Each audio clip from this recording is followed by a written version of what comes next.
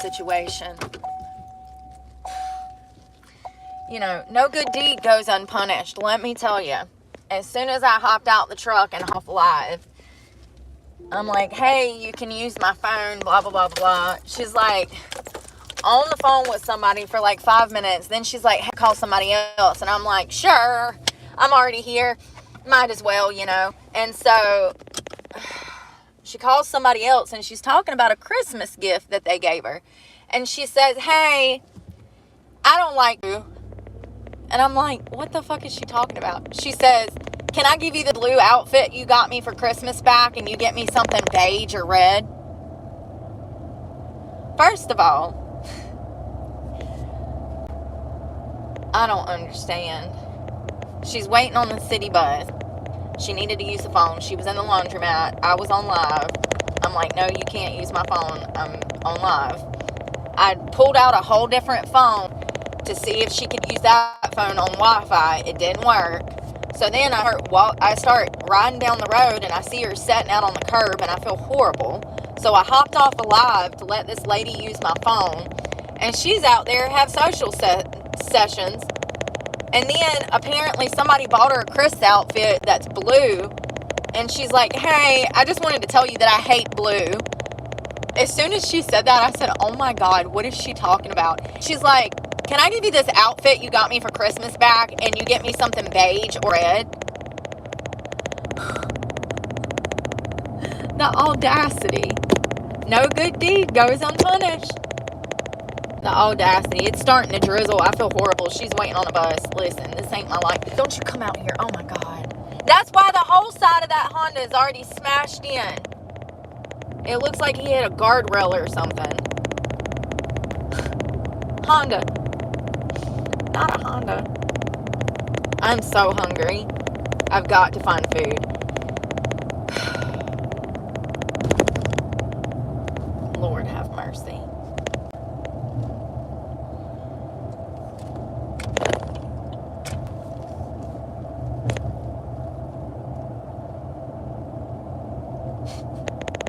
I don't think anybody's ever bought me a Christmas gift, called them the next day, like, hey, I don't like this.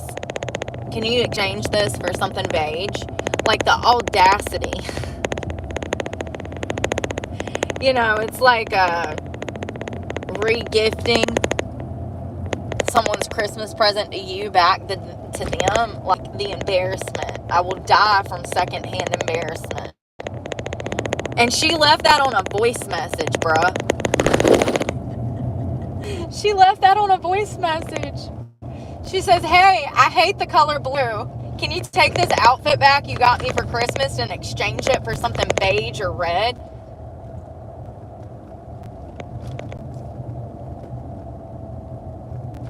Well, I only spent 5 minutes with her, and I think we're getting some insight.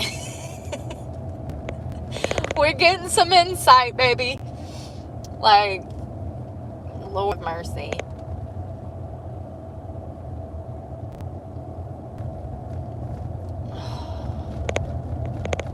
Usually the homeless people or people that are down on their luck usually leave others alone. That's the first time I was asked to use my phone. I don't let people use my phone. I'm very protective over my property. I respect it because I bought it. You get it? So, no, you can't hold my phone.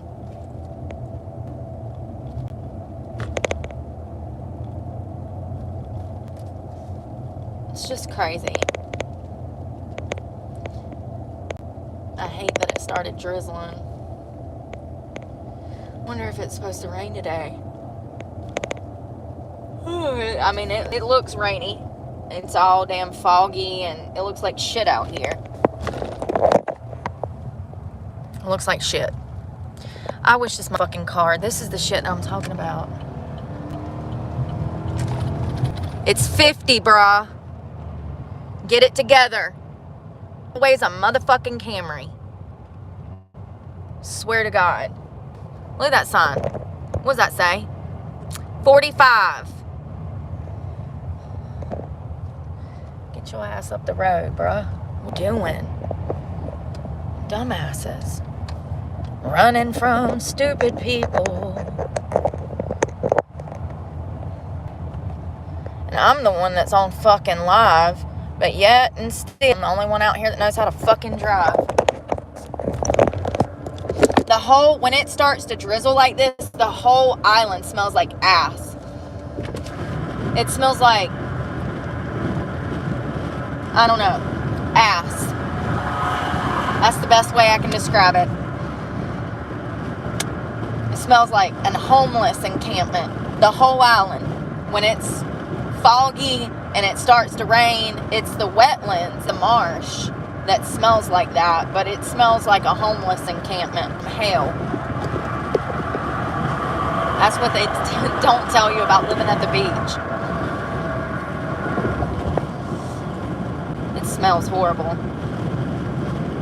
I don't go to Walmart for meat. They don't have good meats. Walmart actually sucks for meat for a single person. Now, if you got a whole family, it might be the best option. I don't like that beef in that plastic, though. The little tubes. Mm-mm.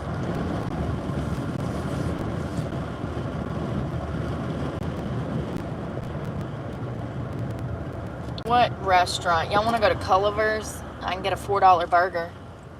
I think that's the best bet. I don't know if I remember how to get there. What else is there?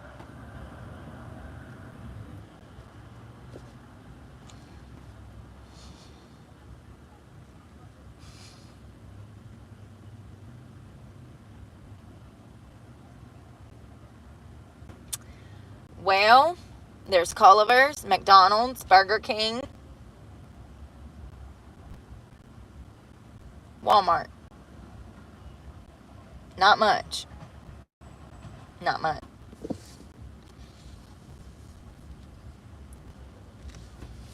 God. Whole city stinks.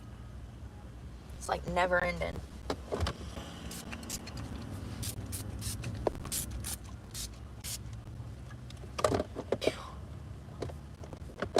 It's the air. Can't escape it, you know? The whole city smells like this. I bitch about it all the time. It smells so bad in Jacksonville. I don't know what it is. Why nobody else complains about it. I guess they don't smell it. I guess they used to this rotten ass marshland pollution. Because that's what it smells like. It smells like homeless people have been pissing in the streets. And the whole city reeks. More often than not. And it's from the pollution. You can't tell me it's not. It didn't smell like this in 2019. As 5 years ago, it did not smell like this down here. It's only been since all these people moved here, it's gotten really bad. I mean, Jacksonville is the busiest. It's the fastest growing city in America currently. It's 10 times the size of Manhattan. There's a lot of land for people to move to. You can actually buy here that has, you know, homes and stuff, like land, you and all bunched together, like other major cities. Taco Bell, Subway. Does anybody even eat at Taco Bell anymore? I don't think I've had Taco Bell since I did a review of their taco pizza thingy madoodle like last year. I literally eat fast food like that maybe once a year. I mean, at least Culliver's and like Moe's and like Chipotle is a step up. At least you can get like food that's not completely processed.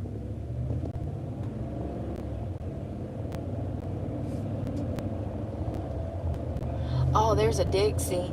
Damn, I didn't know when Dixie was down here. Do I want to cook?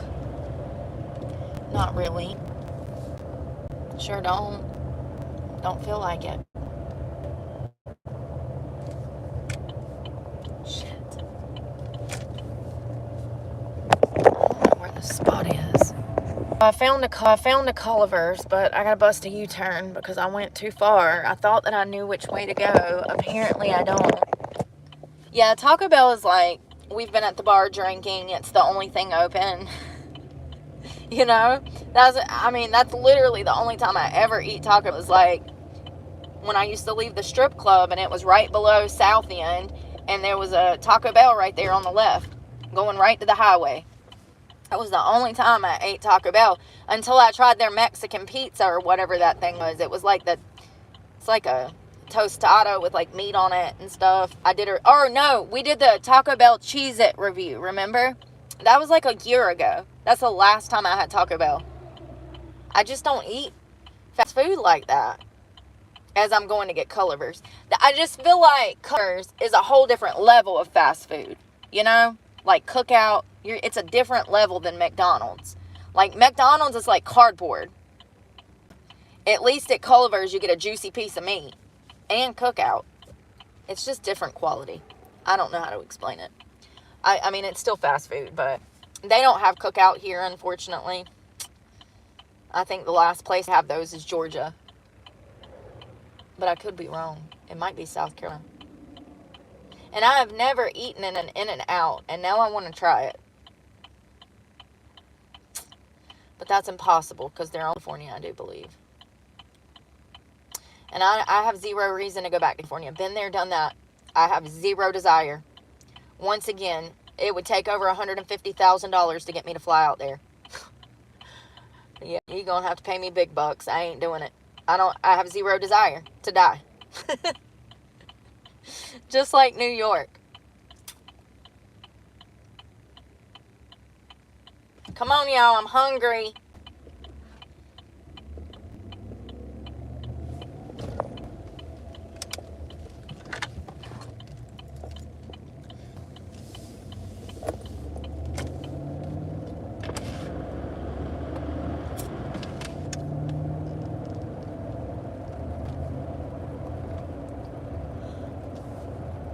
Oh, there's a Dunkin' Donuts. I already had breakfast, though.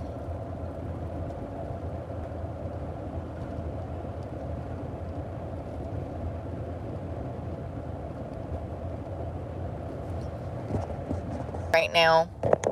Yo, I'm so mad right now. Y'all, I typed in Culver's restaurant, clicked on it, and for some reason it's taking me to a fucking McDonald's. Fucked my day up so bad that I just, I don't even want to go now. Like, I don't understand why Google is such a piece of shit. It literally said Culver's, I clicked on it, and it's taking me to McDonald's. Culver's is back that way. I'm not busting another U-turn. So whatever's down here is what I'm going to eat.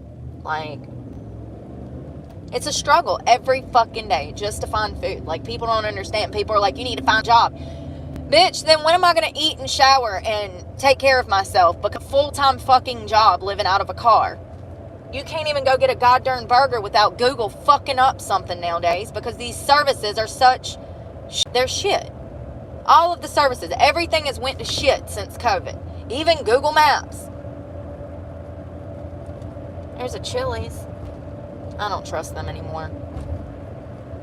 They're nasty as fuck. The last 2 times I've been in a Chili's, I went in there, and both the waitresses didn't even look like they washed their ass on a regular basis. I don't want my food served by somebody that looks like they don't know how to wipe their ass properly. I'm sorry. Call me crazy. But these things absolutely matter. You don't even look like you brush your motherfucking teeth. Why do I want you breathing on my fucking hot plate of food? Y'all have just dropped the bar so exceptionally low that it makes me look bougie all of a sudden. No, I'm not bougie. I just want my food served by somebody who cares about themselves in particular. You know? Fuck it, let's do Burger King. That's not...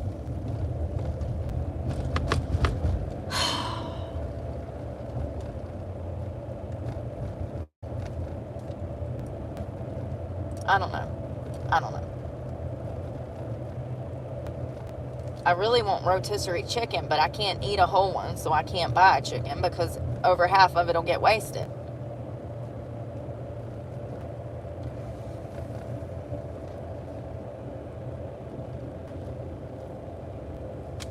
I got something in my eye.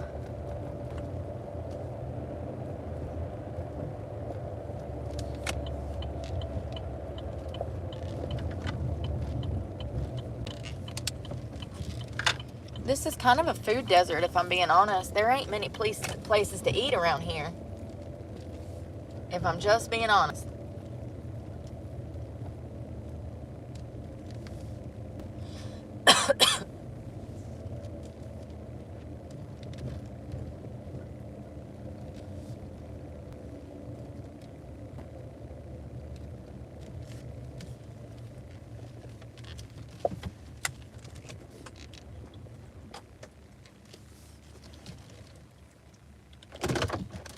We're at Walmart because I don't know what else to do. I'm not driving back down the damn, all the way down there to sit in rush hour damn lunch traffic, you know? I didn't even think about that it's damn 12 o'clock. That place will be so damn busy that it'll damn... Like black tar. I've been clean for 5 years. Get your bullshit out of here, you jealous weirdo. Oh, y'all can't even get the drink right. Y'all so dumb. Imagine being that dumb. Somebody that's done said it 1,000 times, but you're so dumb you can't even hear. God, it stinks so bad. Y'all, I wish that y'all could just smell it down here. I wish I could bottle it and sell it. The whole city smells like ass. And it doesn't smell every day. Just typically when it's like raining or it's rained or it's real humid.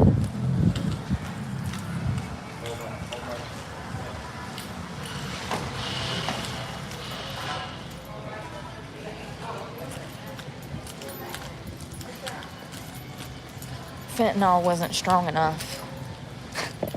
That's why I laugh at all these idiots out here nowadays that think they doing drugs. It's kind of sad, actually. I'm like, damn, if that bullshit's got you like that, I'm glad you never did real heroin because, honey, there'd be no hope of you getting clean.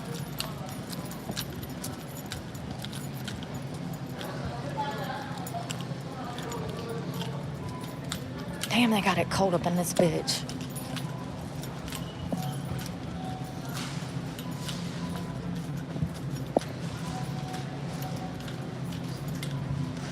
I want a steak,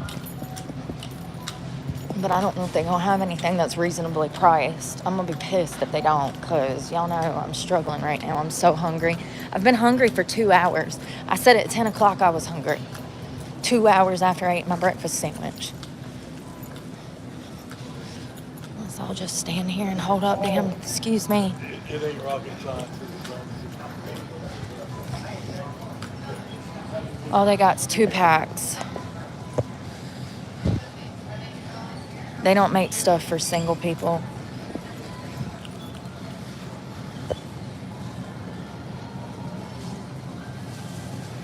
Lovely.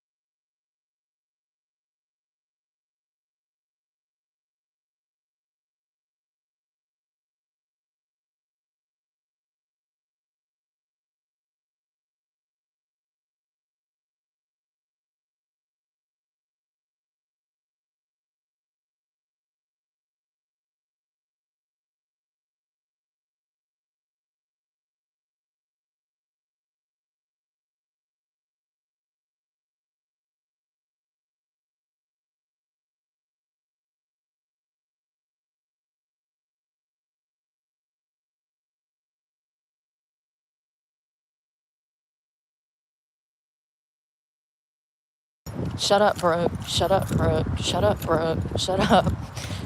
Lord have mercy. Y'all couldn't even see it on camera. It was just...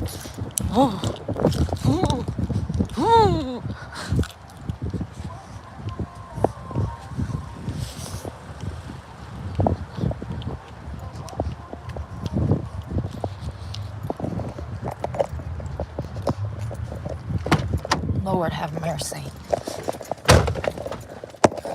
What the fuck? Here we go.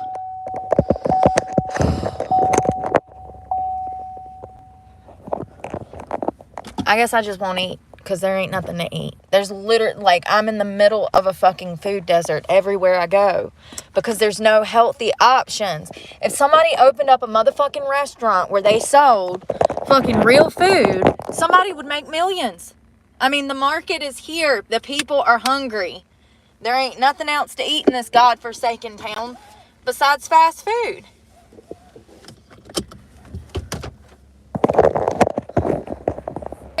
Minutes to the closest Culver's. And people are like, how do you get through so much gas? What the fuck is that noise? God. This is how. Just going to get fucking food 3 times a day, going to find a bathroom 6 to 10 times a day. You're going to go through about $30 to $50 a day in gas in a V8 vehicle.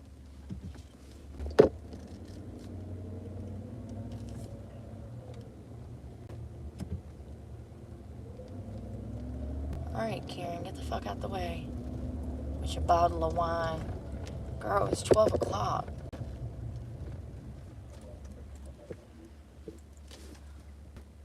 How is there no food in this godforsaken town?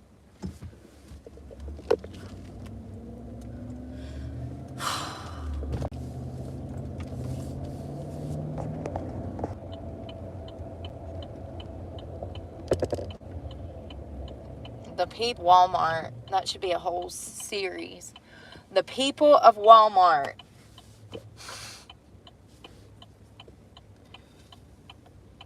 I really think that some people just don't even look in a mirror before the house. They're like, yep, cut off thong shorts. This is perfect when it's 60 degrees outside. Girl, we want to see that. We don't. I'm scarred for life. Like, please have some self-respect. You know, there's a certain age that you get to where you realize that you're not 16 anymore. Lord have mercy. Some people, I guess, never get the memo, right?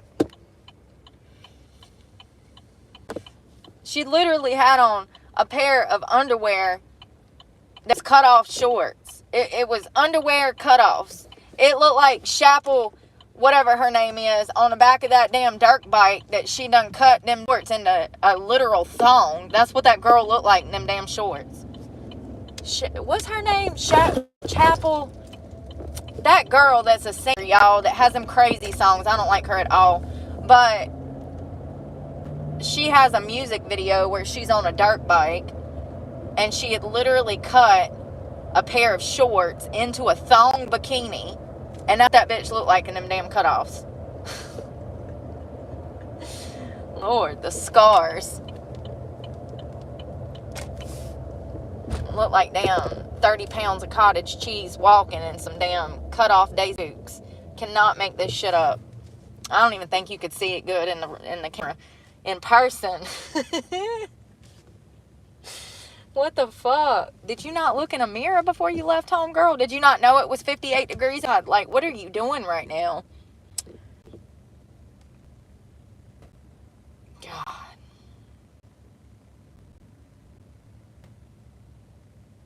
It was like a bitch had on leggings without the leggings.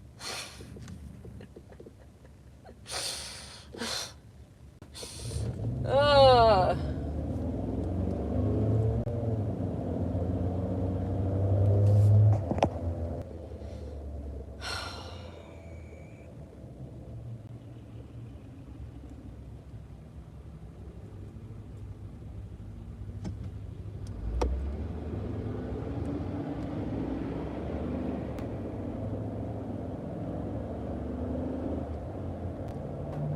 I'm glad it stopped raining so that lady didn't get rained on.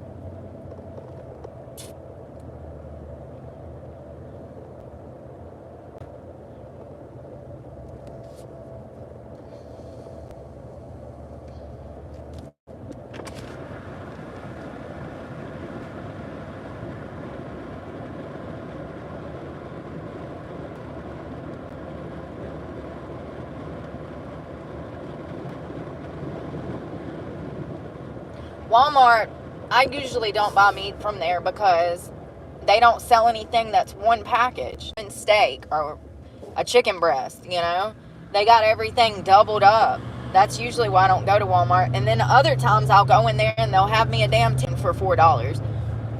So you just never know what Walmart you getting today, honey. Who's the butcher? I don't know.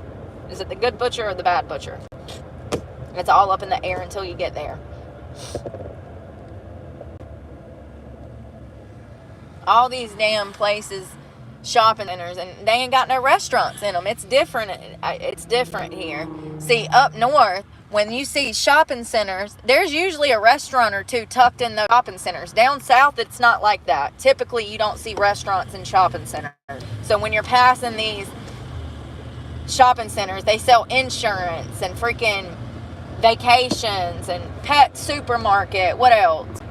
It's an urgent care over there. It's like a complex with like 10 businesses. Nails, jewelry, cleaners, glasses. Like, you know, it's just not any food in the shopping centers, which is so weird. There's a barbecue place, Sonny's Barbecue. I really don't want to have to spend $15 on lunch. And that's one of those things. Gotta order a damn plate. I'm like, can I just get the sandwich? And then the sandwich comes, and I'm like, damn, why was this thing $12? Because there's a pound and a half of damn barbecue on the damn sandwich. Gluttonous asses. Listen, 3 scoops, 3 tablespoons of pulled pork is all I need on my little sandwich, okay? I eat like a baby bird. This is why I eat every 3 hours. I don't need a pound and a half of barbecue and then a pound of slaw on a damn sandwich.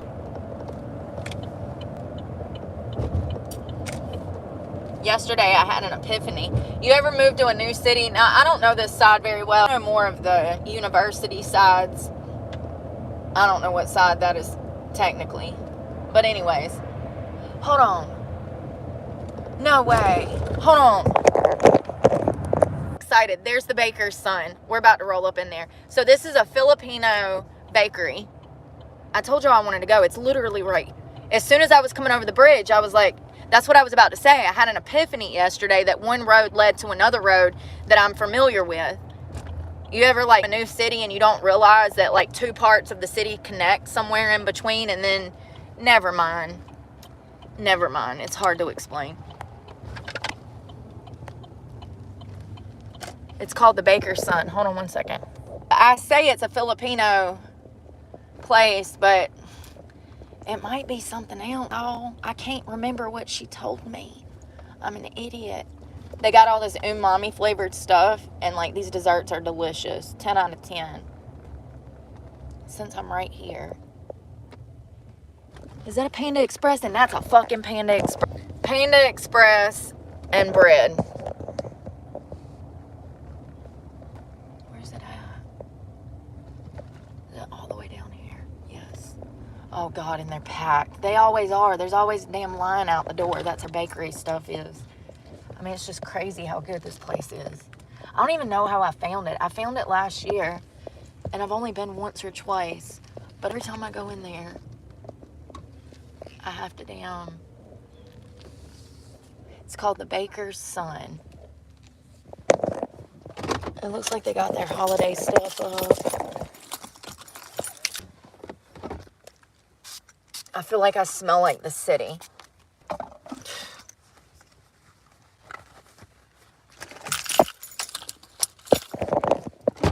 Alright, let's get a dessert. Now I'm glad I didn't buy that crappy donut last night. Or ice cream. I knew... Damn, Brooke. Jesus Christ, y'all. I didn't even pull in the damn spot. I'm ready for a bakery.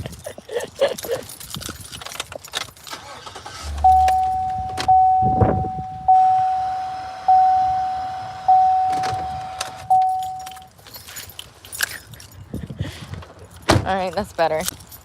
That car is over the line, so I didn't want to hit it either.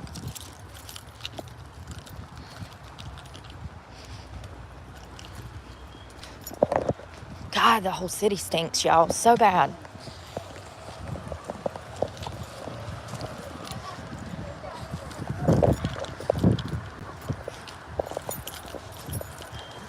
we're gonna go in here. Excuse me. Oh, sorry, excuse me. Damn it.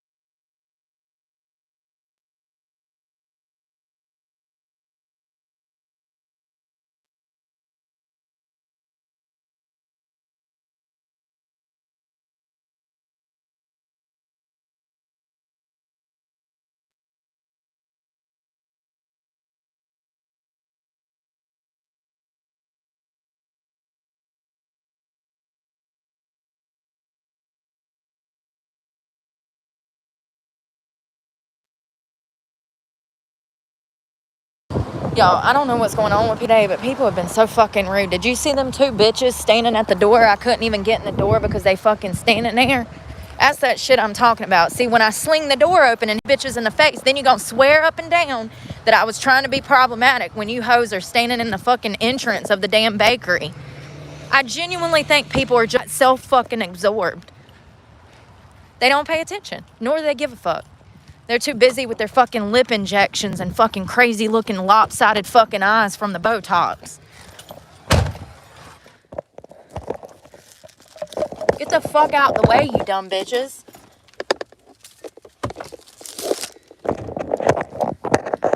Like, that's the second person today that was literally blocking the entrance of somewhere that I am trying to get into, you know?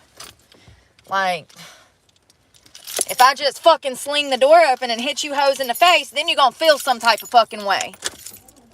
Next one, I'm doing it. I'm swinging doors today. Ain't nobody got time for your stupid bullshit.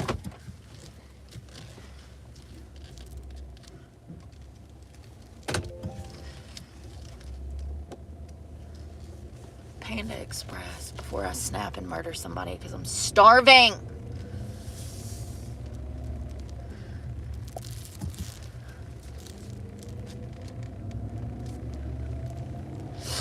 So this I don't think I've had this before. I don't know what the fuck it is. We just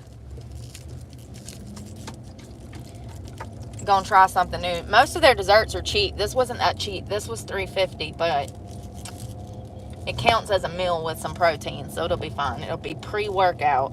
It looks like there's several types of cheese on it. Usually these like Filipino desserts and stuff, even if they have cheese on them, they're still sweet. And I do believe it's Filipino, but I could be wrong. Regardless, we're going to eat it and be grateful. So I've eaten at this Panda Express quite a bit.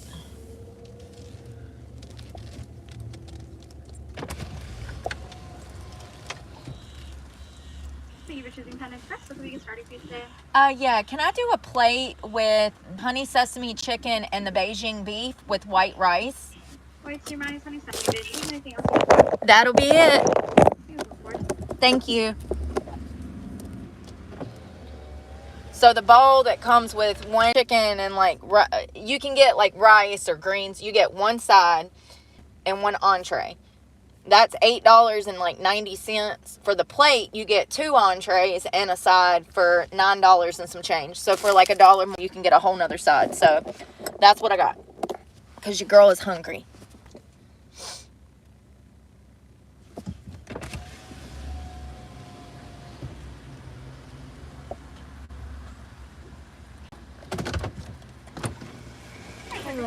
Can I get some hot mustard, please? Thank you. Awesome. Got the bag. Damn, they did that quick.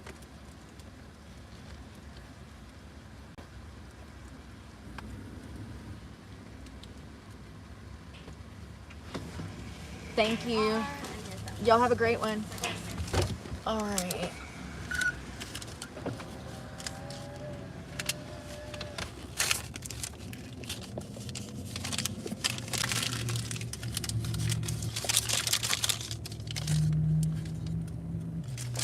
$10.54. Oh no, I didn't want no damn soy sauce. I just wanted hot mustard. They never give me enough. I want like 10 packs.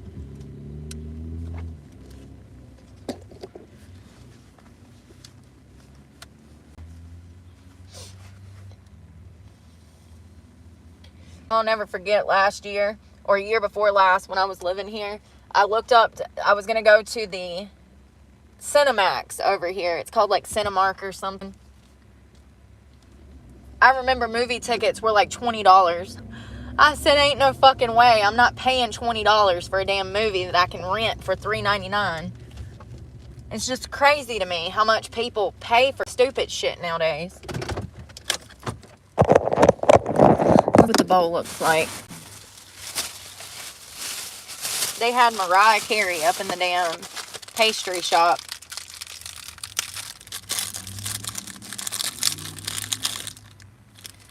Oh, I got ripped off. There ain't no fortune in my cookie. 100% no fortune. I got screwed. Well. Oh well. I didn't want the cookie. I want the damn... You know how much sugar is in that small cookie? Probably 100% of your daily values. I have no idea. It can't be good. They're trying to kill us.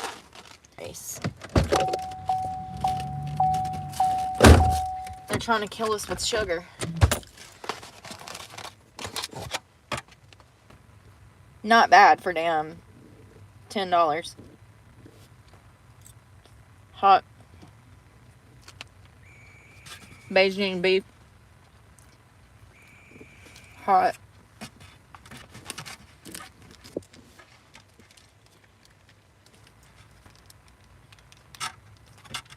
Damn it.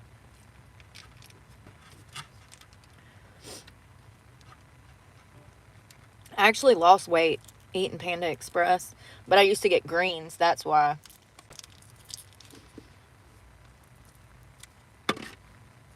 I get the greens and the sesame chicken. You gotta be careful though, because a lot of it's got a lot of sugar, believe it or not. The sesame chicken and the Beijing beef. Tons of sugar.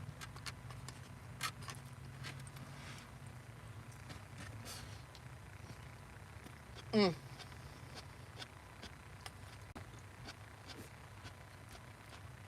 But we're in a bulk right now, so I'm trying to gain weight. Muscle.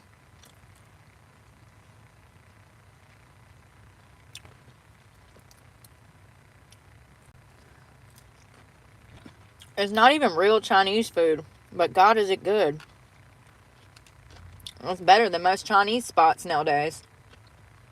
The spots fell off after COVID.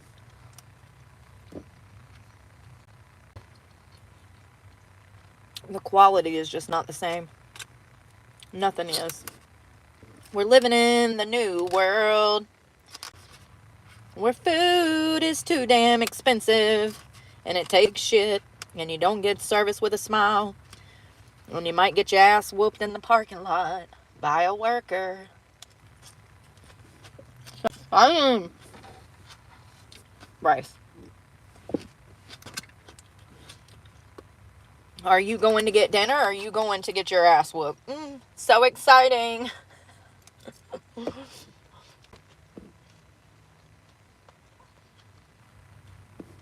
Those 3 McDonald's workers almost killed that one guy.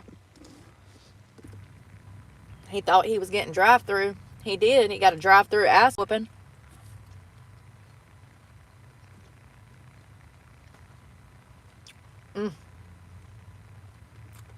So the Beijing beef has these big old onions and peppers. I love that.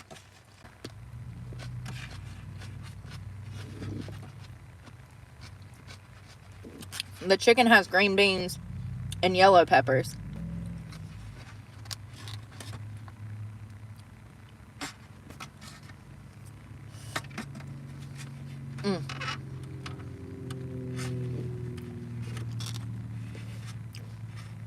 He's so hungry. That Beijing beef has got some kick to it. It's got a little bit of heat.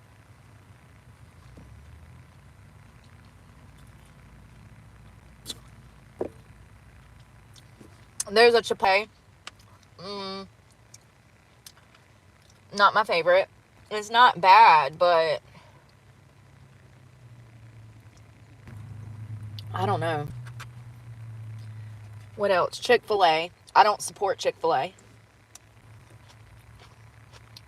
Evil corporation who uses Jesus to hide their evil. I don't think I've ate a Chick-fil-A in forever. It's been probably a year.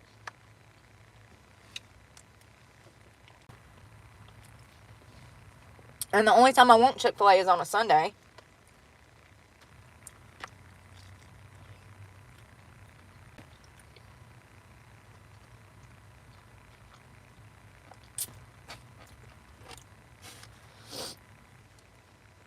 They also treat gay people like shit.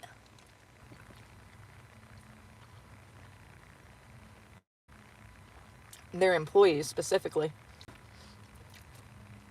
It's not the place to go work if you are damn part of the LGBT+. You will get no respect up in a Chick-fil-A.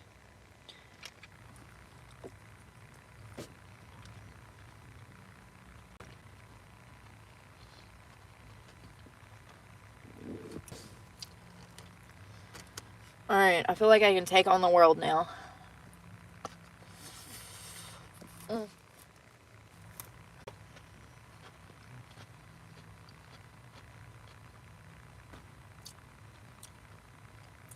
Does anybody shop at GNC? Because I don't know how them damn stores stay open with their high-price knockoff vitamins. I never see anybody up in there. It's like a mattress store. We don't know how they stay open, but they do. I know back home they use mattress stores as money laundering businesses.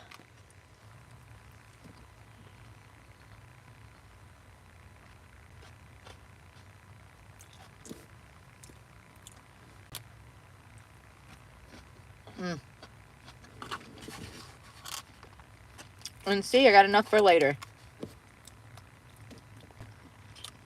$10 for 2 or 3 meals. It's worth it to me.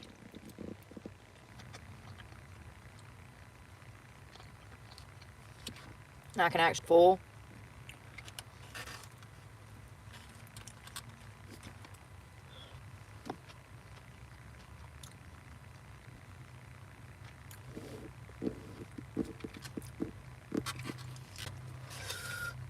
Oh man, it looked like the best bite, and then it fell apart at the last minute. Come on. Get on there.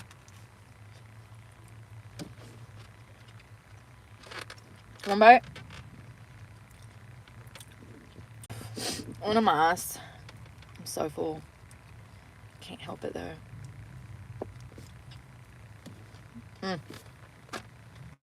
Alright. I can't eat that cake right now. I'm so full. I need some water. I didn't even damn drink anything. I ain't got none. It's in the back. Will you step back there to the tailgate and get me 2 bottles of water, please? I'm too fat and sassy now to stand up. Y'all, I woke up this morning and my stomach was like, I don't know, man. Maybe I had too much trail mix, but it was rumbling first thing. I felt like I was going to die on the way to find the bathroom. And I was already questioning if I had chocolate on me. If a squirrel had gotten in here and shit all over my bed in the middle of the night. I'm like, damn, is there an animal in here? Or is that chocolate? And then my stomach is like, hey girl, you better go find a bathroom because we ain't feeling too good down here.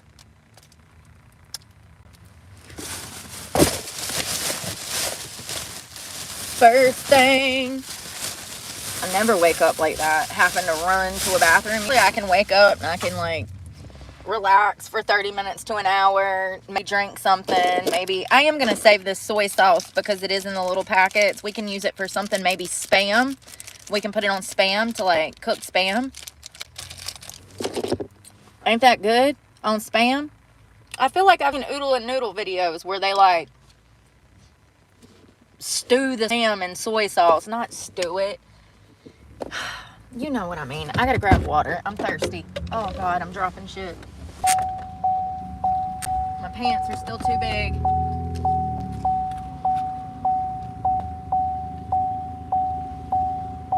They season it. They season it in soy sauce.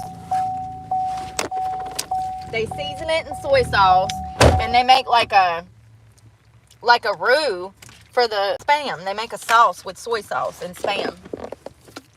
So we'll try that with that because I don't think I've ever had it with soy sauce. And I bet it adds a little, I don't know, Spam is already so salty. We'll just try it. My whole car is going to smell like Panda Express now until I eat that tonight. I'll probably eat again at like 4. I get hungry every few hours. The stress of trying to find something to eat is just overbearing at times because it's like, what do I do? Like, when you're living out of your car, it just makes things so much harder. With everything, finding food, everything. It just becomes a lot more complex. I feel fat and sassy now.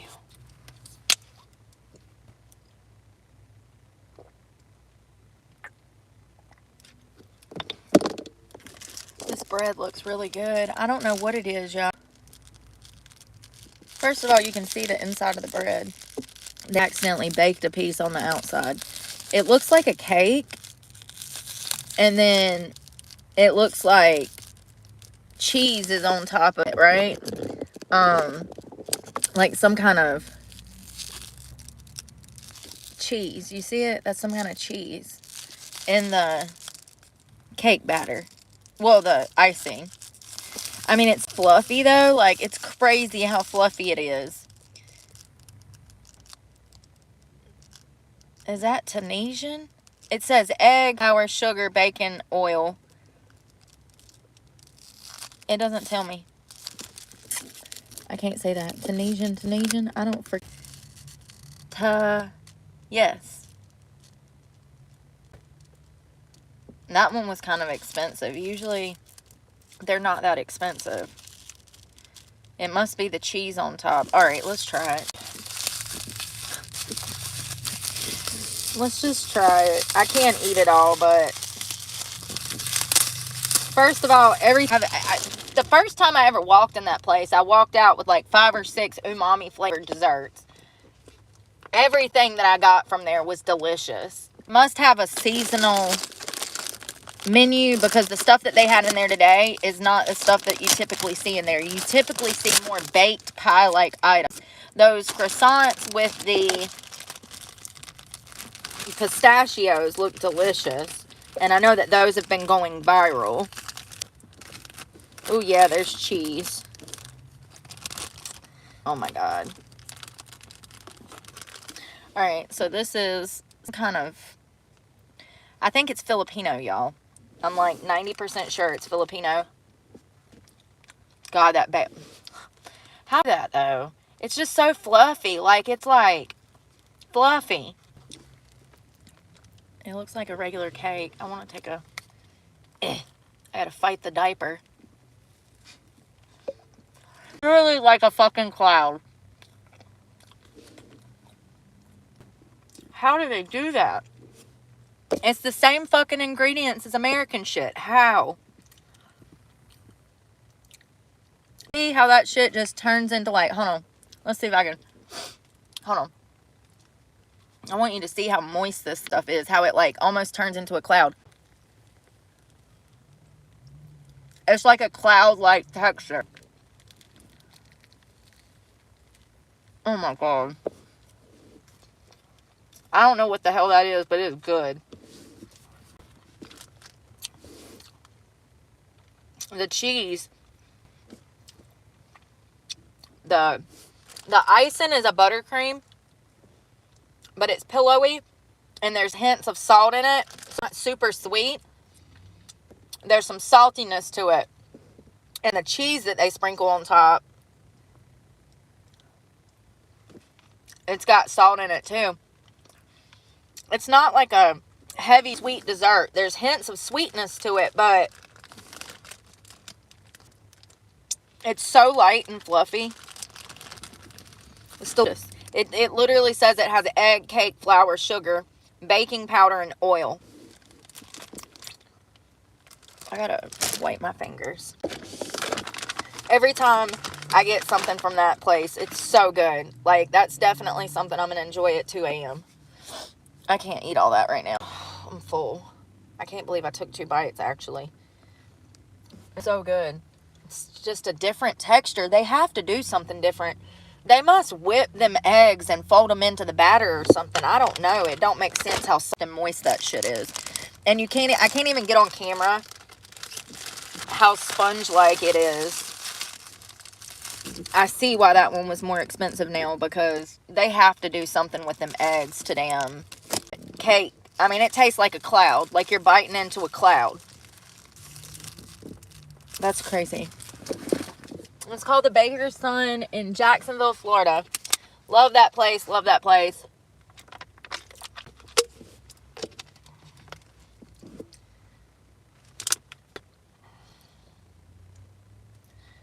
Just try to go before they get busy.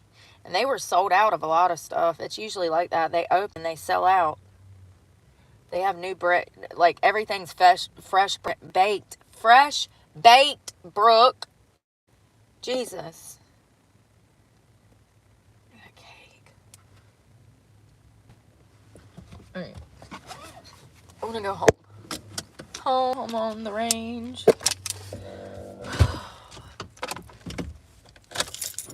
All of that for food. So good though. You fell out of your car seat. Oh. We had a bitch in the chat. Don't worry, I took care of him. Very child. I still got icing on my finger. Oh my god, this sticker is getting on my nerves so bad. Hey. It's working though. Look at the little white dot. Look at the white dot. You see the white dot in the center? It was on that zit. So it's working because the center of it is white. That's what it's supposed to do. It's supposed to bring everything to a head. I'm going to leave that one on my forehead because that thing is a crater. We could name him a whole planet. He is another planet. Where's my vape?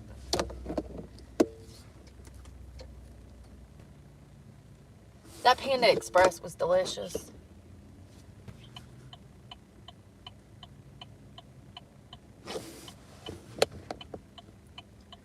Probably full of sugar. I don't even want to know. I just know that the sauce tastes sweet. If it tastes sweet, it probably has got sugar in it, huh?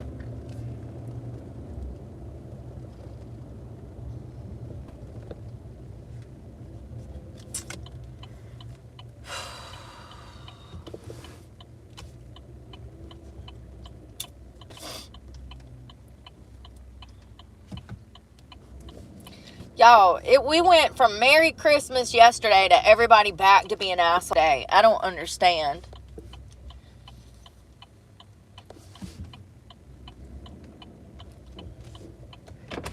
Welcome to the USA. I need to brush my teeth now.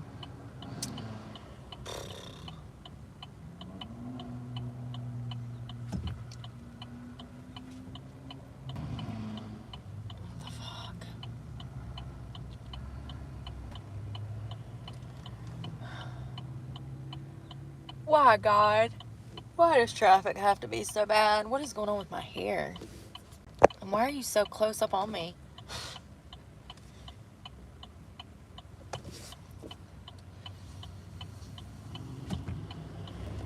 We just all gonna sit here.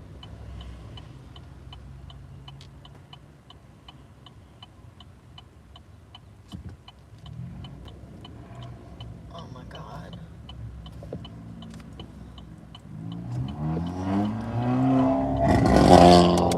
Jesus Christ. These assholes are giving me anxiety. Do y'all hear that piece of shit? I thought there was laws against that. They make them, the trucks that were squatted, they finally passed laws to, like, outlaw that bullshit. Ain't that like a noise ordinance or something?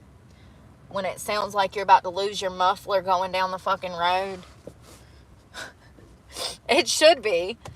It's saying. You know how stupid you have to be to think that that shit's cute?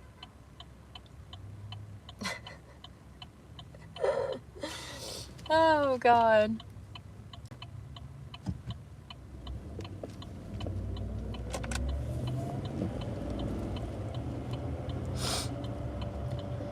Alright, let's all just set at a green light so none of us make it. Find your freaking accelerator.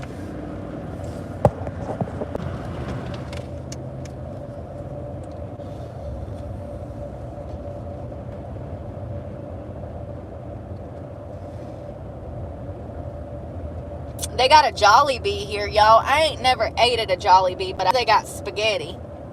What the hell do you buy at a Jollibee? What do they even sell? Chicken? No. Bees? What do they sell at a Jollibee? I think they sell chicken.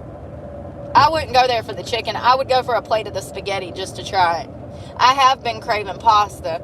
That's something that I haven't been able to eat since moving into a car because it's just so wasteful.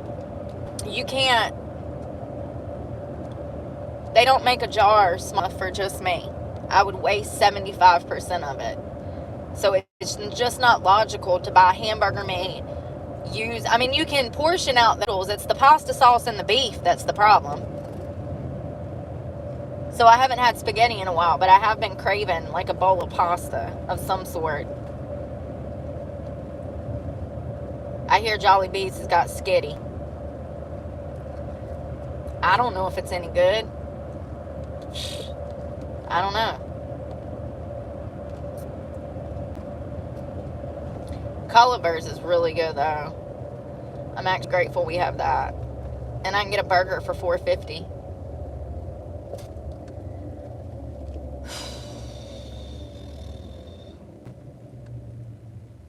Shit, that's my road. I'm sorry, I'm very, very stupid. Hey, at least I know it though.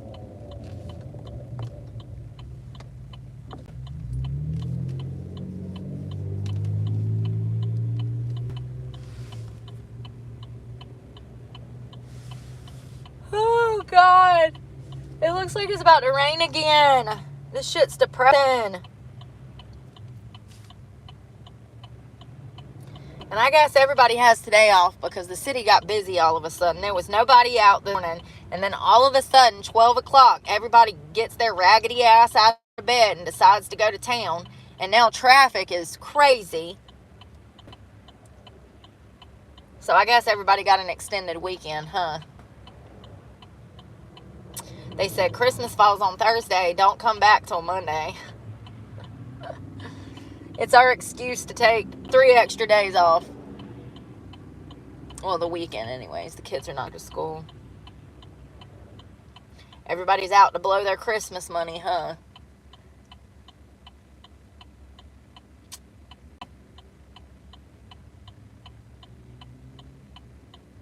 Lord have mercy. Yo, that lady said on the phone that she was going to be waiting for like 40 minutes on the city bus. Listen, I have people rides.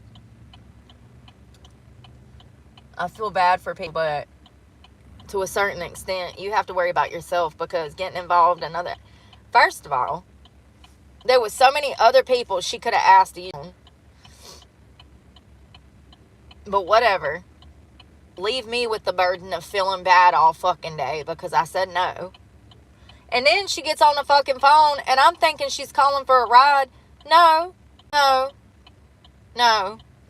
She wanted to borrow and trade her damn Christmas outfit that some nice lady had done bought her. She's like, I don't like blue. It's cursed.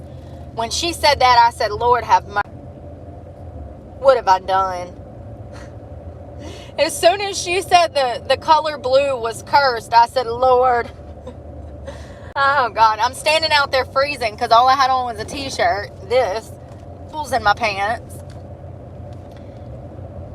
And she's trying to somebody done bought her a Christmas outfit. And instead of being grateful, she's over here trying to get this lady to take it back and trade it in for a different color.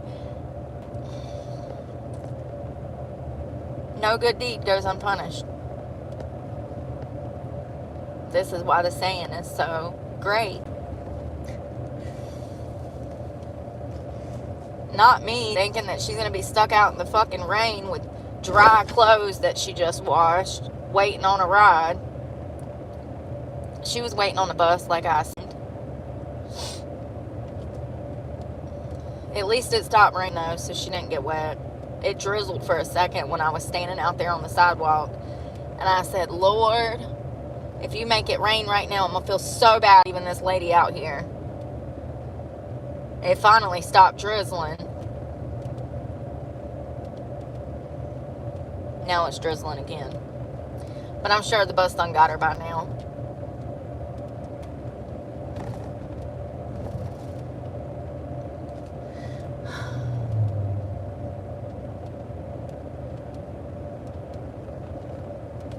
There was a sign back there that said, Celebrate Recovery every Thursday night at 6 p.m.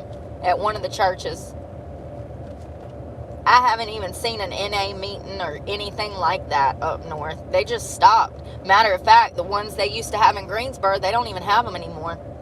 About the only one that I know of is Fellowship Hall. And every time I go over there to a meeting, it's me and 2 other people. COVID. It killed everything. From the nightlife to the food services to NA meetings. The world is just not the same. And I don't think it ever will be. This is the new world.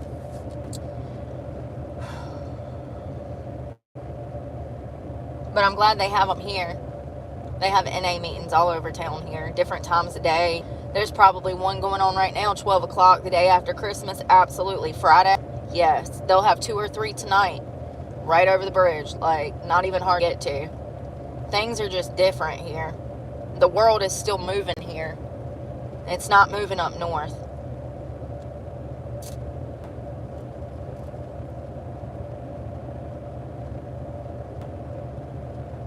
It's like everything got halted. Everything's at a standstill.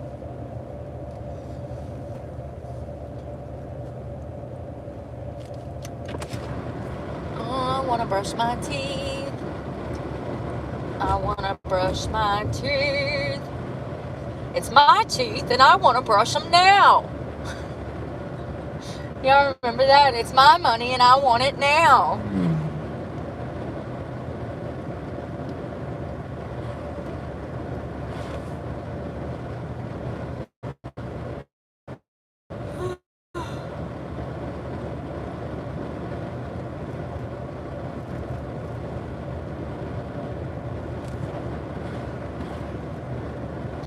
It's one of them big old dogs, like a German Shepherd or something like that. Girl is walking her dog, and her dog sees the inflatable pumpkin, and she said that the dog just like ripped the leash out of her. He took off, he bit the inflatable pumpkin. He's running down the street with this inflatable pumpkin that's like 4 times his size. And she finally gets her dog, and she gets the pumpkin out of his mouth. And she walks up to the homeowners, and she's like, she gets up there and she's nervous. She's like, oh my God, thank God you have Ring doorbell. You know, it had the camera. She's like, thank God you have a Ring camera. She's like, I'm so embarrassed. She's like, I don't know what the hell happened. She's like, but my dog saw your pumpkin and he went psycho and he jerked the leash out of my hand. She's like, I literally could not catch him. She's like, he's running down the road with your big inflatable pumpkin hanging out of his mouth. And she's like, I'm looking online. She's like on the phone. She's like, I'm looking online to find you one that's bigger. I'm going to buy you a bigger one. Whoever raised this girl, 10 out of 10, first of all. The accountability is what we love to see. And she's like, I'm going to buy you a bigger one. She's like, do you like this one? She's doing this through the Ring doorbell camera. And she's like, I'm going to order this one. She's like, I'm also leaving cash. She's like, and I'm going to leave this pumpkin, even though it's destroyed. Cutest video ever. That girl gets a 10 out of 10. Yo, sweet girl. And immediately tried to reconcile, you know, the situation, tried to fix the situation. Left them $80 for a new one. I think she even ordered another one, like, she knew her dog's behavior was unacceptable. She knew that he got away from her on a leash, which was her fault. If you can't control a dog that big, you don't need a dog that big.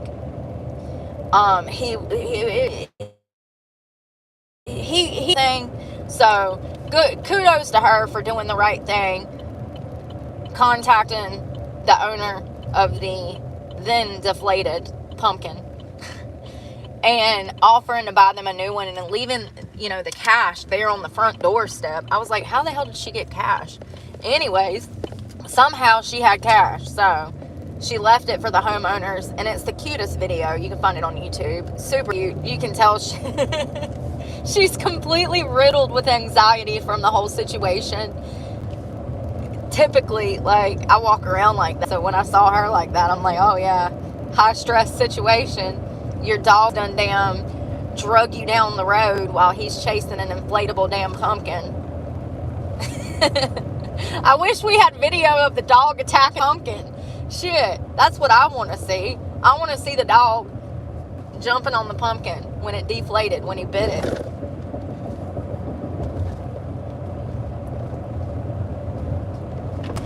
I know, I've seen people hit cars and drive off, you know?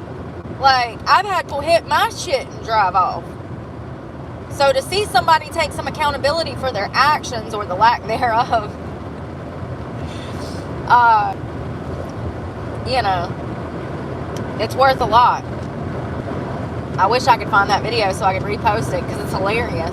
And it really gives you, like, insight into how people should behave, even though they don't behave that way, which makes me sad. But whoever raised her did a good job.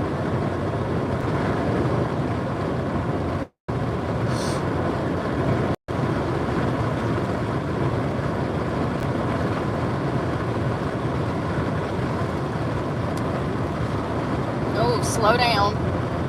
You're going to get a ticket right in front of the damn military police. Oh, I guess they got an extended holiday too. There's nobody on duty. I didn't even think about that. I guess the military probably gets the weekend off. I've barely seen any cops, which kind of scares me, because I like a police presence when I know they're not psychos. When I know that they're not psychos behind the badge, I don't mind the cops. When they're actually trying to protect and serve, I ain't got no problem with them. I actually like them. It makes me feel safe. Badge, I'm terrified. You really haven't seen any this weekend. I saw a few yesterday and the day before, or it was the day before, when I went over there to the good side of town.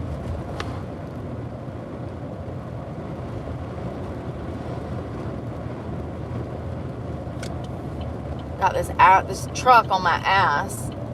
Like, dude, give it a break.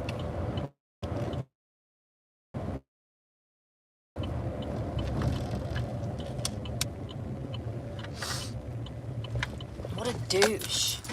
Parks right in the middle of the fucking park, so everybody has to drive around him. It's like he has zero fucking situational awareness.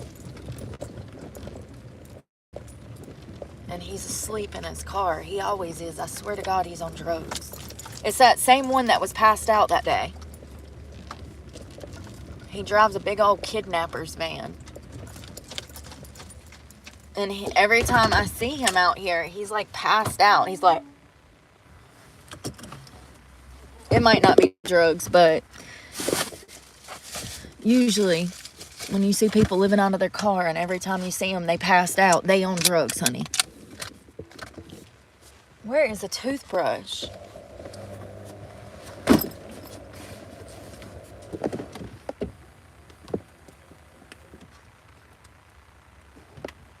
the beach stinks so bad today. Maybe I can just smell stuff for some reason. I don't know.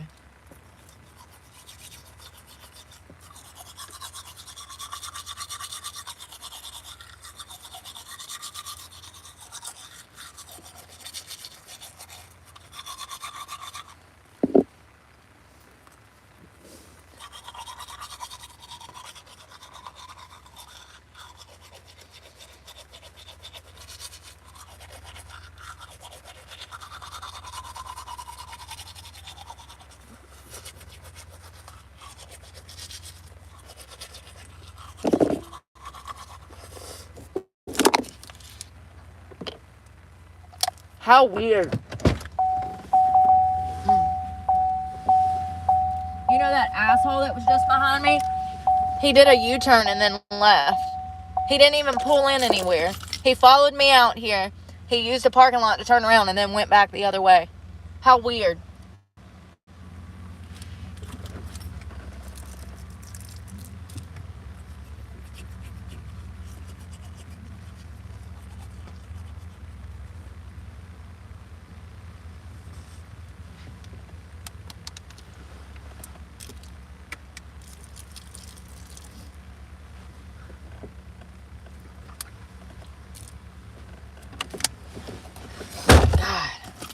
How weird. Call me crazy, but I pay attention to people's behavior, their actions. Like, what are you doing, bud? Let me find out that you fucking recognized my truck and was seeing where I was going. There's nowhere to even go out here except for the restaurant. And he was clearly not going to the restaurant. because he used their parking lot to turn around in. It's right beside where I'm at. So I pulled in, and then he kept going, but he used the fucking restaurant parking lot to go back the opposite way. So weird. Well, y'all, I guess I ain't doing much today since it's cold again. Shit sucks. That's how it is. I mean, and it's, I think, 60 something degrees here. So, like, the fact that I'm running around in, like, short sleeves and a damn pair of jeans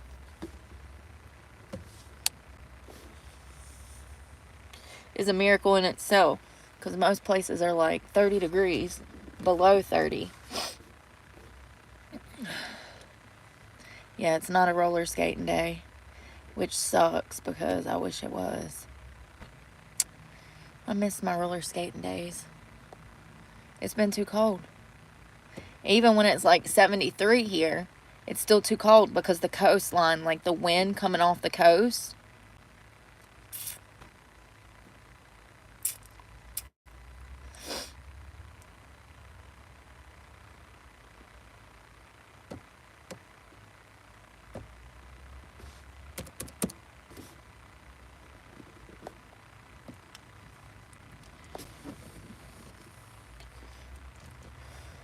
Is today Thursday?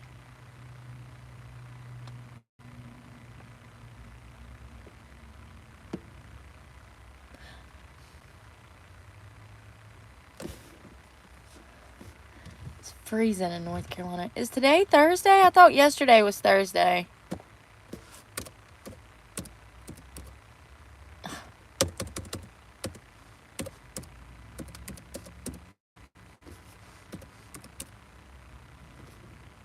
Yes, it's Thursday. Why did I think it was Friday? God. 62 with a chance of rain. Tomorrow is going to be almost 70, but it's supposed to rain. Today's 26. I don't know why I thought Christmas was on Thursday.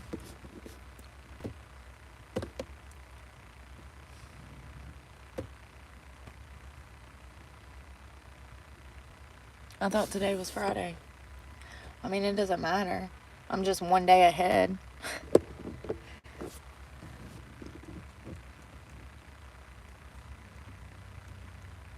Yeah, it's supposed to rain through 4 p.m.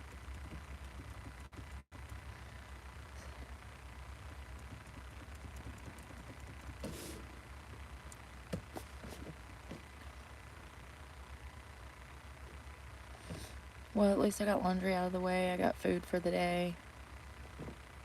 At least I got all of that taken care of. No.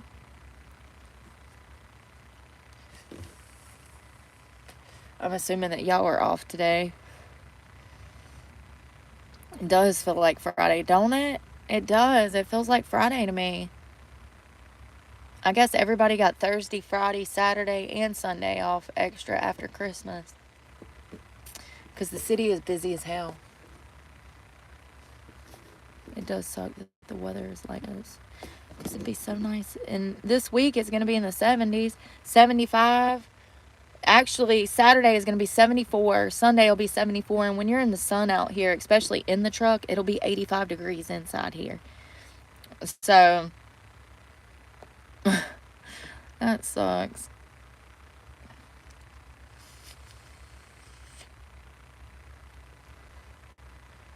Working from home. Hey, Virgo. Oak Ridge, Tennessee. There's the Oak Ridge, North Carolina, too. Yeah, Saturday and Sunday is going to be nice.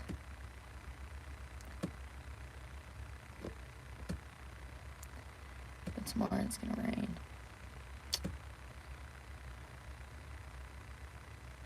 Oh, it's only 25% chance of rain tomorrow.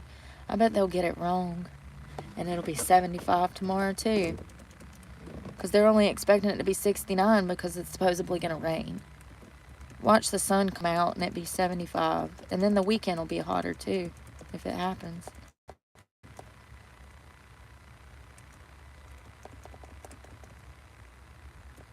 I'm sick of this shit already. I'm ready for March. Who's ready for March? This weather, man. Here comes the rain.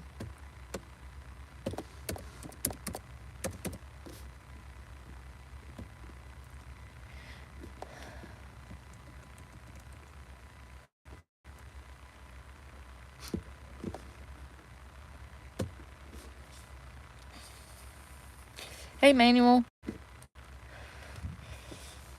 Oh, well, we just got food. We went to the bakery. Love that place.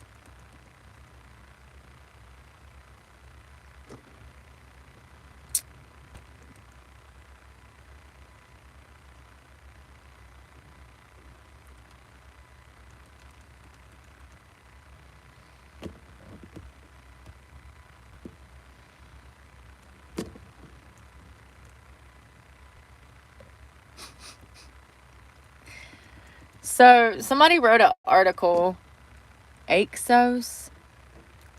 Listen. It says Trump and Biden share contrasting holiday messages.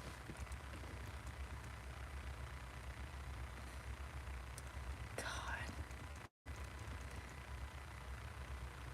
So it looks like Biden and President-elect Trump both delivered heartwarming Christmas messages as the change in presidential administration nears. Biden, in a post to X, acknowledging that this would be his last time as president, he wished the nation a Merry Christmas as he hoped the U.S. would continue to seek the light of liberty and love and kindness and compassion and dignity and decency. I'm actually surprised those words are in his vocabulary because he's none of those things. Trump said on Truth Social, he started by wishing everybody a Merry Christmas and posted videos with Melania Trump paying tribute to Christianity and thanking Americans who kept the U.S. safe. He later extended his holiday wishes in a post to Chinese soldiers that he claimed were lovingly but illegally operating the Panama Canal. Trump elaborated further. He then moved on to single out Governor Justin Trudeau of Canada. And we were talking about earlier some other stuff he said. He said that he wants Canada to become the 51st state. He wants Canada to become the 51st state in America. And he said that taxes would be cut by 60% if they declared themselves a state of the United States.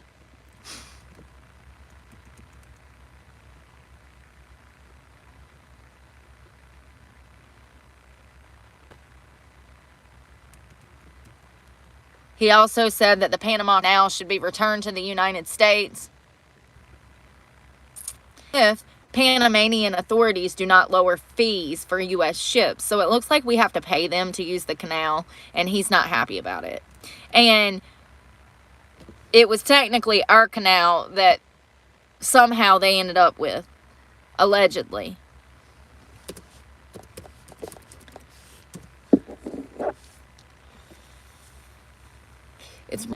I'm stuck in here.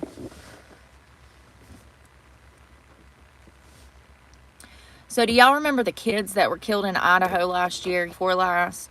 Brian Koberger broke into, it wasn't a sorority house, it was just a bunch of college kids that were off campus together in a house, and he stabbed everybody to death and killed the whole house, essentially. I do believe it was 4 of them that were killed in this. We really don't know what the motive was. They assumed that he was obsessed with one of the girls, I do believe Kaylee, but I could be wrong. It was one of the beautiful young girls that he was obsessed with. Damn, it's getting cold. It says, officials are now saying that Brian Koberger, the suspect charged in the quadruple homicide of 4 Moscow Indiana students, was investigated in a connection with a home invasion that took place before the murders in a neighboring city. Newly released body camera video shows police responding to an alleged home invasion which took place October of 21 in Pullman, Washington, a little over a year before, and about 10 miles from where the 4 University of Idaho students were fatally stabbed in their off-campus home. He's a creep, y'all. Like, I don't understand how this creep. So this is a statement from the victim of the crime, the home invasion. She says, I heard my door open and I looked over and someone was wearing a ski mask and had a knife. And so I like kicked the shit out of their stomach and screamed super loud. And they flew back into my closet and then ran out my door and up the stairs. The woman in the body camera footage told police that the masked intruder entered her bedroom holding a knife about 3:30 a.m. You see how she immediately went into defense mode and fighting? You have every legal right to do that. You kick the shit, you scratch the shit, you start throwing shit, you start screaming. We don't negotiate with terrorists. And anybody that breaks into your home, you treat them like a fucking terrorist and you go to town. She said the suspect was silent the entire time. Oh wow, so there was multiple girls living in this house allegedly, because it says that according to police, one of her roommates quickly called the police, but officers found no suspect or evidence at the time. So was this his first, Brian Koberger's first attempt at trying to kill a young girl? And listen, you know, usually these types of crimes, when it comes to men on women, there is a sex motivation behind it. There doesn't appear to be any in the Brian Koberger cases, but that could be because it was so frenzied. He never got an attempt to try to harm these girls in a sexual manner because it was such a frenzied attack, you know. We don't know. I just know that the majority of these cases where we see men breaking into homes, they usually assault the victim and kill the victim. So it's very suspicious that he allegedly did this more than once. They're investigating him for this home invasion. On November 13th of 22, Madison Mogan, Kaylee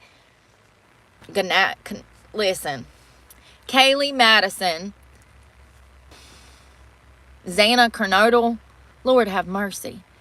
It's spelled Xana.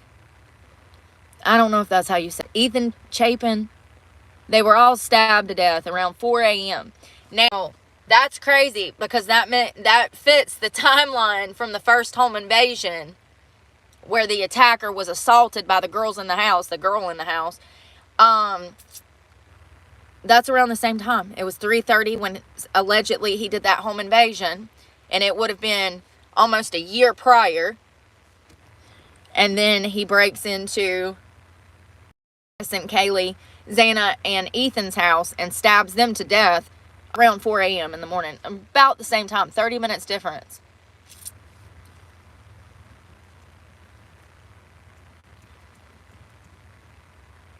So Koberger, a criminology PhD student at the nearby Washington State University, was arrested weeks after at his parents' house in Pennsylvania.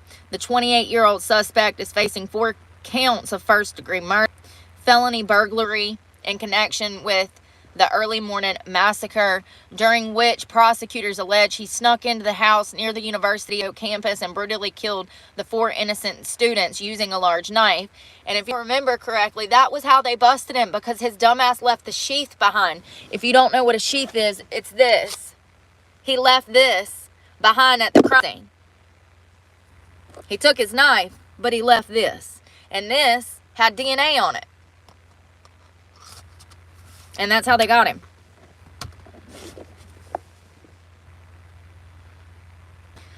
So details in both the Pullman break-in case and the University of Ohio quadruple homicide cases are eerily similar. Both suspects had a knife, both wore a mask, entered the home in the early morning hours, 3:30, and both were silent while leaving.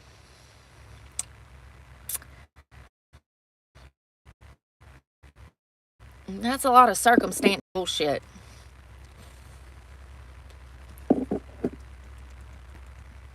Koberger does not match the female victim's description in the Pullman case.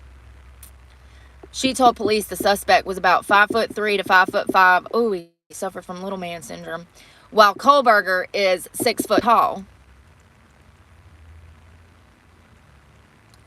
The Pullman case remains unsolved, so they don't know if it was him or not. And the victim said that the guy that attacked her was shorter.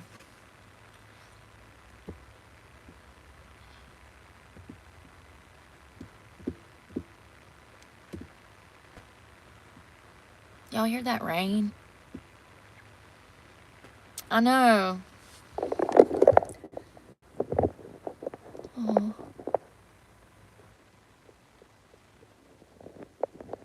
I'm sorry, Laura. Your parents. Damn it.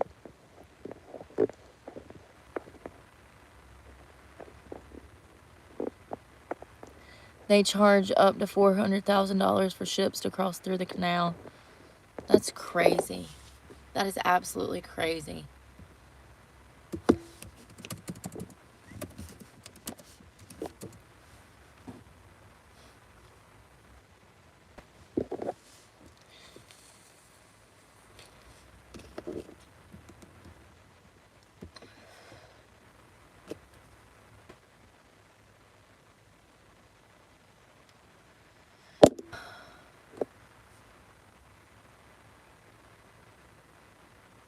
I honestly don't know if it's the computer or if it's the Wi-Fi or if it's the operator. It could be the operator.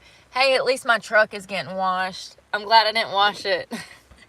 It's getting clean now. A little bit of rain does a lot.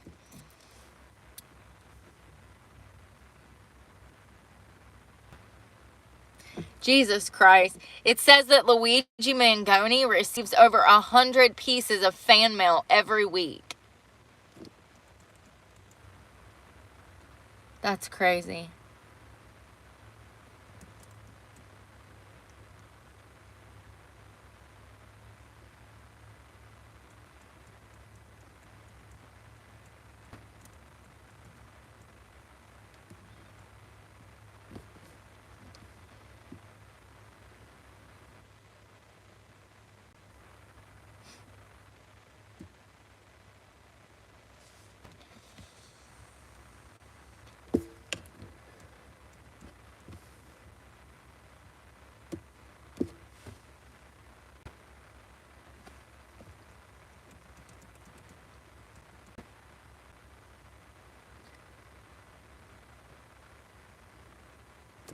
What in the fuck?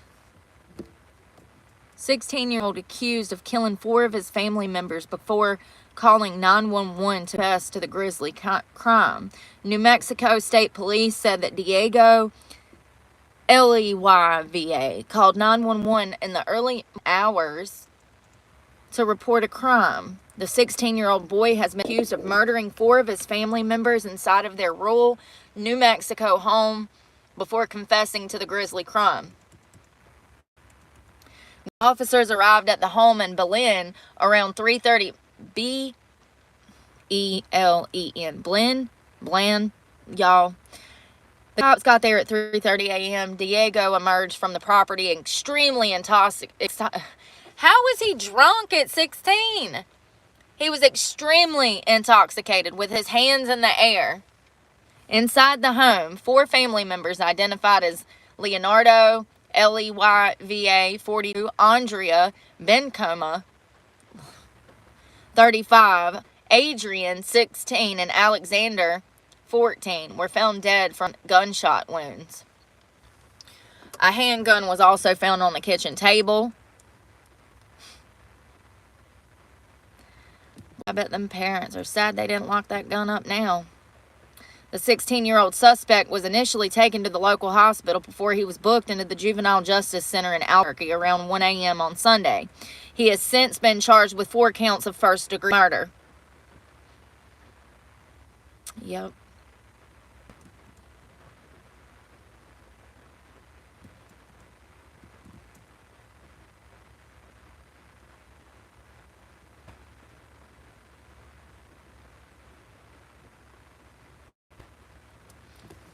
So the woman, Adriana, was an active volunteer firefighter with the Reno Community's fire department. That's it? That's all y'all gonna tell me? How they just leave shit out like that?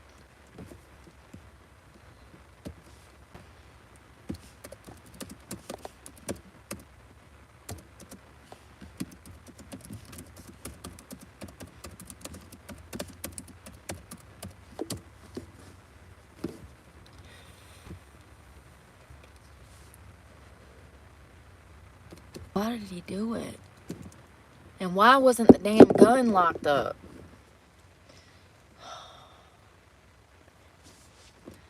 Let me find out that we need a whole new department of people to go out here and talk to people who get gun permits because they're not responsible enough to have their damn guns. We need to send people door to door like the fucking Mormons to make sure y'all got y'all's guns locked up. I mean, this doesn't happen because guns are locked up. This happens because they're not locked up. He told the dispatcher on the phone that he killed his whole family.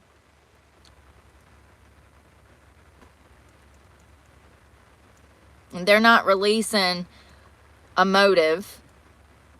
And he's just been charged with 4 counts of murder. Boy.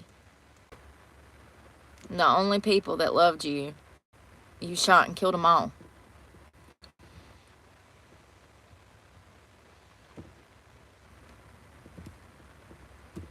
We definitely need something to change.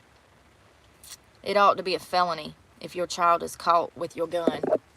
That way you can't get no more guns because you're not responsible enough, you know?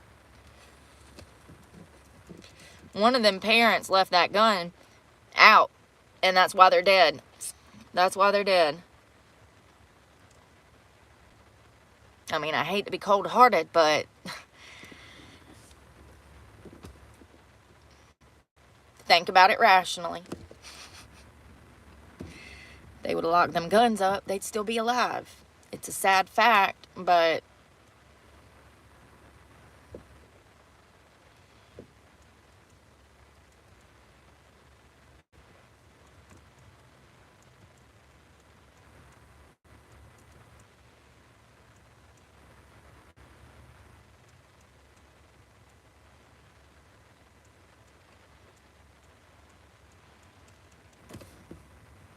it don't give me no more facts, y'all. I really hate the media nowadays. Oh, wow. Here we go. I was talking about the machete yesterday. Remember the guy wielding the machete in front of the laundromat? This guy hacked somebody to death with a machete. Man hacked driver to death with machete after he offered him a ride. So you can, in fact, die from getting whacked with the damn machete.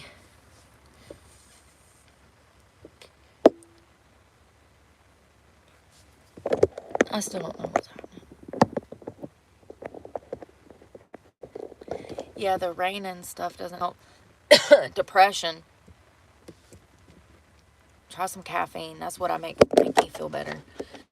I swear to God, caffeine is like my happy drug.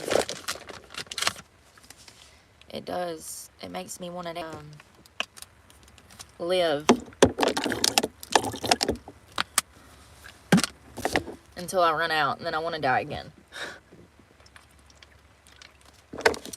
Ooh, I just brushed my teeth.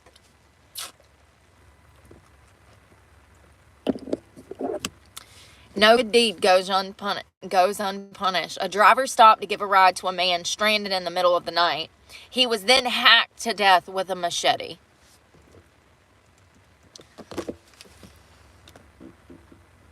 Oh my God, y'all, don't let me forget. Derek Chauvin. They're trying to get him out of jail. Hold on. So a man has been jailed for life for brutally hacking a driver to death with a machete after he stopped to offer him a ride in the middle of the night. Rodney Watson, 66, of St. Mary's, Georgia, was driving to a store in Burton, South Carolina in July of 2020 when he saw Michael Eugene Good, 50, stranded on the road. According to authorities, Watson's niece and a woman who was riding in the front passenger seat recognized Good, also known as Slick. So the 66-year-old pulled over to give him a ride. A short time, oh my God, y'all. Look at this machete. It's serrated on one side and it's cut like a knife on the other. Both sides are a weapon. No matter which way you're swinging it, you getting cut. Lord have mercy.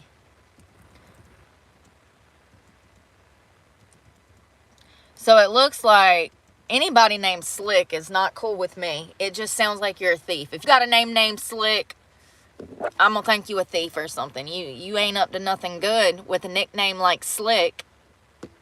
A short time later, in the early hours of Wednesday, July 8th, the Beaufort County Sheriff's Office deputies were called to reports of a fight in the yard of a mobile home. When they arrived, they found the 50-year-old attacking the woman in the front seat of the car. As Watson tried to stop the attack, Good stabbed him 6 times with the 10-inch serrated machete. One of the blows severed an artery in his left arm, killing him, according to a forensic pathologist. Good fled the scene but was tracked down to a nearby home and arrested just hours later. He claimed innocence at his trial, but heard how DNA evidence placed him at the scene with the machete. Now more than 4 years on, following a 3-day jury trial, Good was convicted of Watson's murder. He was sentenced to life in prison without parole for the murder, as well as 5 years for possession of a deadly weapon during the commission of a violent crime. Prior to Watson's killing, Good actually had a string of other convictions, including possession with intent to distribute crack, assault, battery, criminal domestic violence, resisting arrest, and giving false information. I told y'all, these damn machetes. Hold on one second. So, it looks like, let me see if I can spell his name. Derek. C-H. I don't know how to spell it. Damn, I missed the U. I was just off by a U.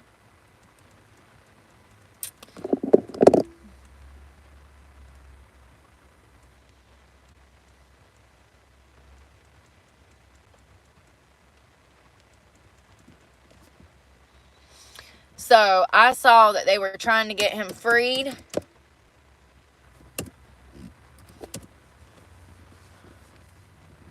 He's going to get a new trial. Hold on one second. Why? I literally just watched this on the freaking thing last night, and now I can't find no information.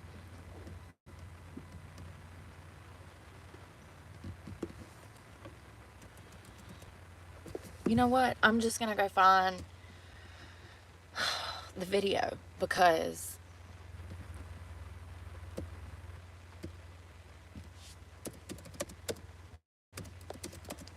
I know exactly where the video was from.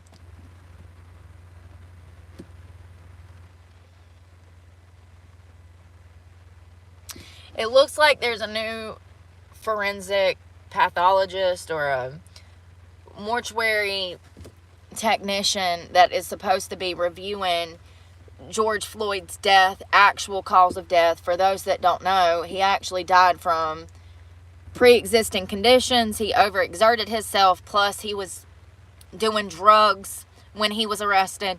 He was already high as hell, and then he started fighting with the cops,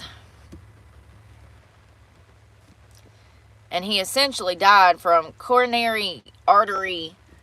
His arteries were bad, y'all.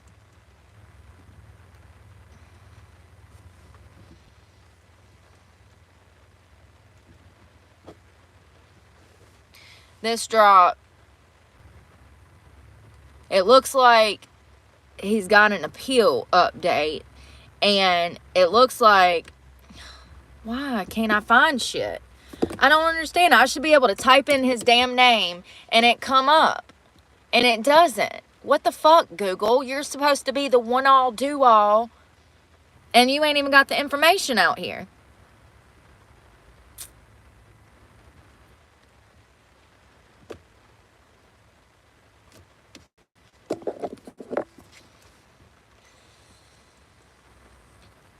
Here we go.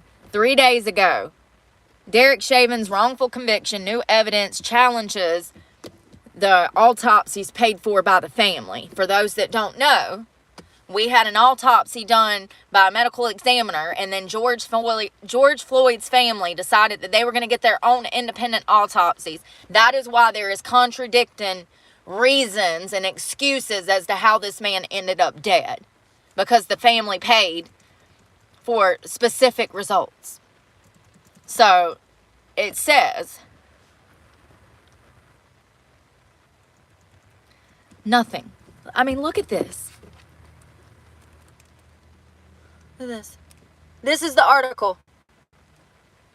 Those 4 fucking lines. That's it. This is the media now. You see this?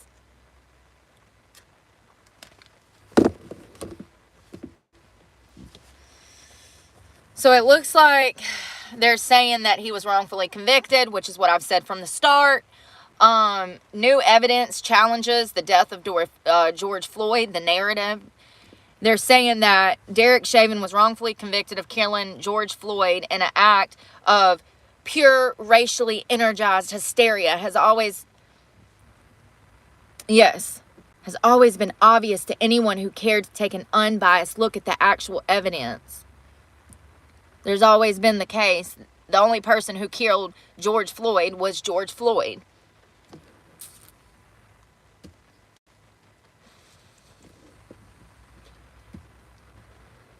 So it looks like a judge last week allowed testing of tissue from George Floyd, Jesus Christ. And it looks like Derek is seeking a new trial. A judge has granted permission to lawyers for Derek Chauvin to have samples from George Floyd examined as part of the former Minneapolis police officer's efforts to challenge his conviction on a federal civil rights charge stemming from Floyd's death in 2020. U.S. District Judge Paul agreed in an order Monday to let the defense examine Floyd's heart tissue and fluid samples to test a theory that Floyd died of a heart condition aggravated by a rare tumor, not from asphyxiation. And they've already concluded that he didn't die from asphyxiation. That's the funniest part. So I don't know why we're doing this again, but whatever. Whatever y'all want to do.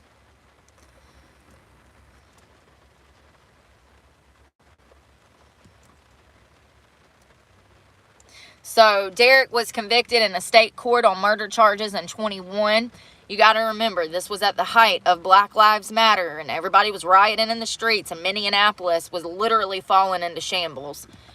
And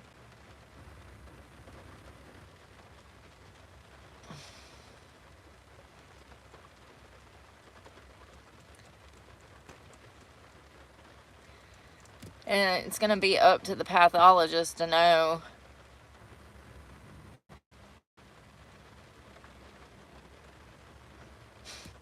Yeah, exactly.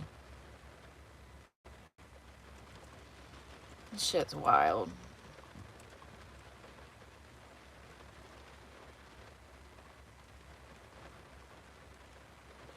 You know, a lot could be said about the fact that he was breaking the law, high as fuck, eating more drugs, fighting with the cops. I just think that, you know, don't do bad shit and bad shit won't happen to you. Pretty simple. He received 20 years. It says he's serving 20-year federal civil rights and 22-year state murder sentences concurrently in a federal prison in Texas.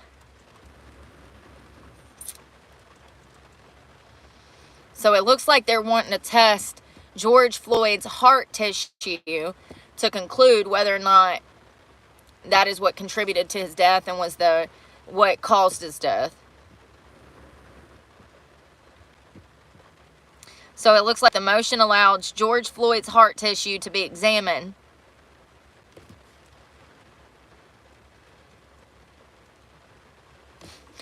Biden opposes court decision allowing Derek to get this stuff tested. I bet he does. I bet he does.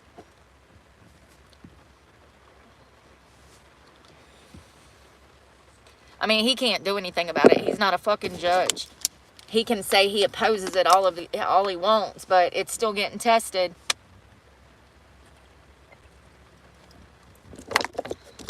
Let this be a learning lesson to all. To not be in bodegas trying to pass off counterfeit money high as fuck. And then when the cops make contact with you, you eat more drugs and start to fight them. Let this be a learning lesson for all. What not to do when dealing with the police. Don't be out here in these streets acting like a fool, and you might not end up on the ground dying.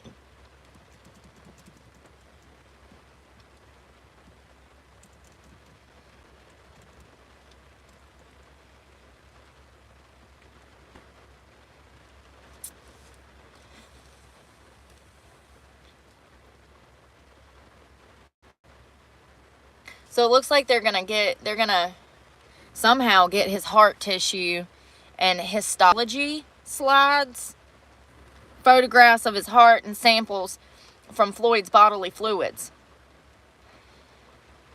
Good. Do your own, conduct your own toxicology report while you're at it.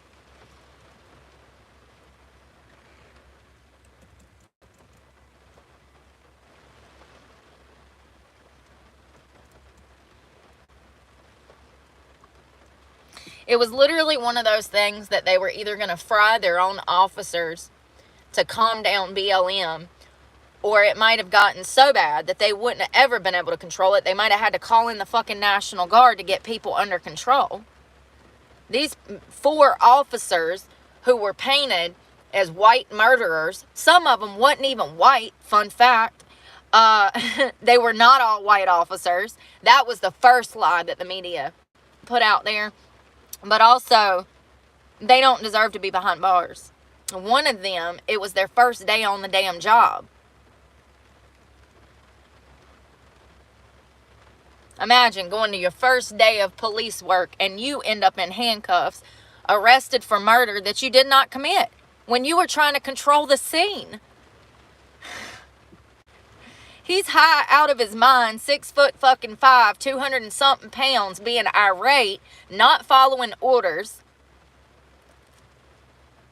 and going into a show of hysterics, thinking that it's going to help the situation, which, by the way, he had a history of.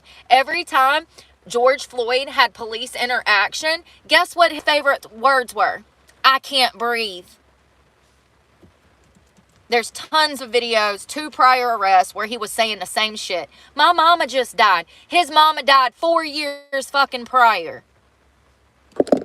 He was a con artist that was very good at manipulation, and he was a common criminal. Let this be a learning lesson. To follow orders, to not do drugs, to not break the law. I don't feel bad for him or his family. They made their money though, right? They got that money though, right? Because that's what it was about. They didn't care about George when he was out here breaking the fucking law, in and out of jail doing drugs. Just like Jordan Neely's father. You didn't care about your son when he was living on a damn train, being a Michael Jackson impersonator, struggling with mental health and drug problems. You didn't care about your son then. You only care after he dies. You know, a lot of these cases, we can look at the parents and see why the kids ended up like this. Jordan Neely's father, his face screams drug addict. Allegedly.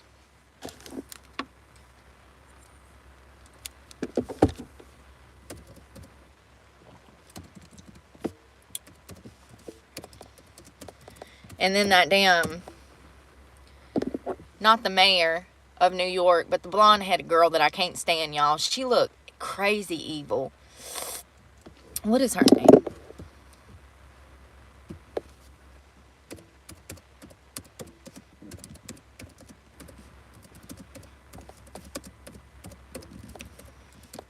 Is she the governor? Who's the blonde lady, y'all, that looks fucking albino? And she's a cold-hearted bitch. She's out of New York. Is it Kathleen Hochelaga? Is that her? Hold on one second. I'm looking for a picture.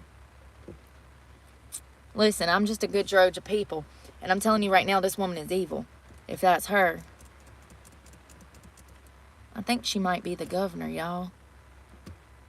That bitch looked crazy. It's just a soullessness to her, man. The first time I ever saw her crazy looking ass, I said, whoa, she's evil.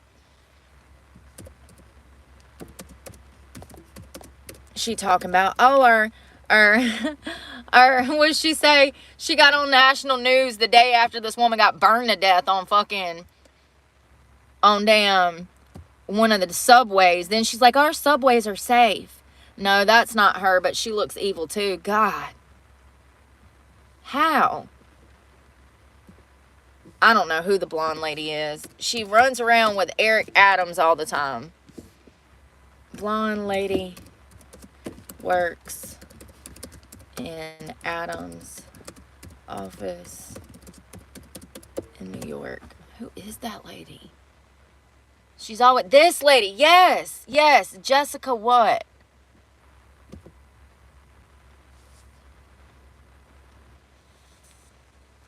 Is she the head of the NYPD? Oh my God. Y'all, I think this bitch is the head. And y'all wonder why New York looks like that. And then y'all vote stupid ass bitches in office like this. They'll never learn, Brooke. The whole New York could fall off into the fucking ocean and nobody would care. First of all, I think her name is Jessica, and I think she's the head of the NYPD. There's that damn diversity hiring there. That's damn, yeah. She's the head of the NYPD, and she's a fucking lunatic. She has no idea what she's doing. She's trying to kill all of y'all.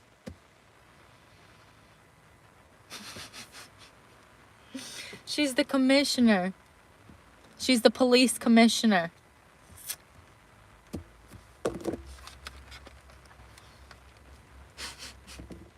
You know, then you start finding out, you do a little bit of digging and you're like, oh, this explains it. It's like, okay, this is why people are out here killing each other.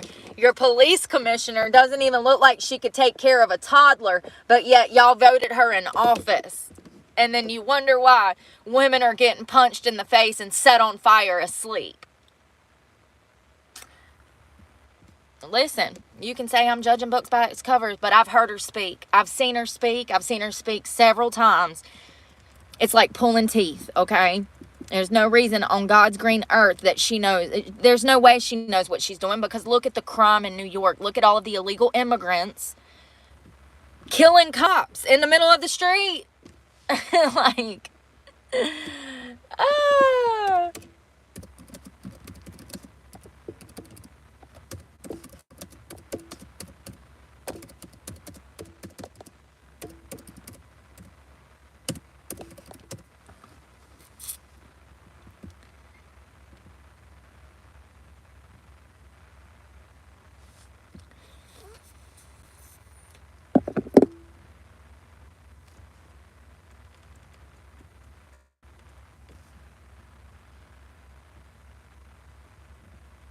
Democrats, this is so crazy.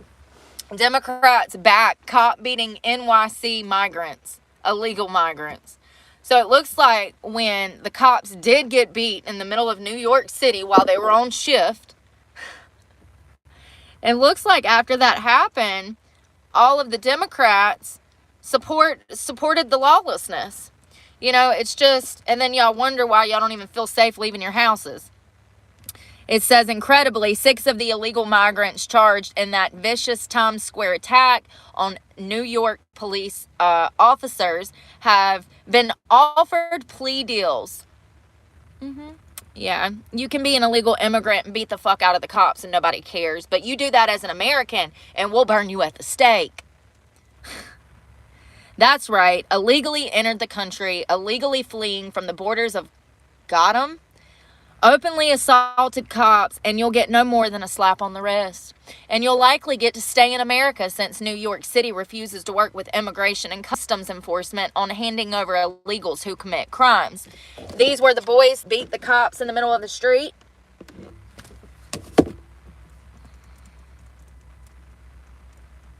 Three of the migrants face a year in prison for their literal assault on law enforcement. Turns out one of them have been rearrested after a lefty. Wow. So it looks like some priest in New York got one of these criminals out of jail, bonded him out, bailed this preacher, a leftist priest, bailed him out. But then he was busted at a Macy's shoplifting and was rearrested. Boy, what a dumbass priest.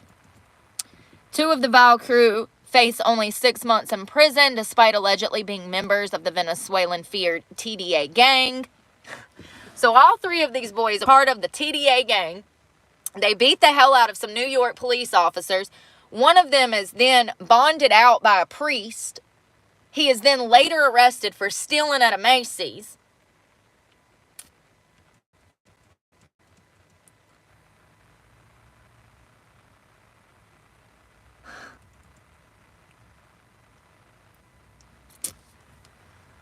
This means that violent crooks who are here illegally get infinite free chances even when they attack cops, and the deck is now stacked against actual prosecutions that when a few do face any consequences, they're meaningless consequences. That attack was against police officers. The fact that this attack was against police officers only amplifies the horror.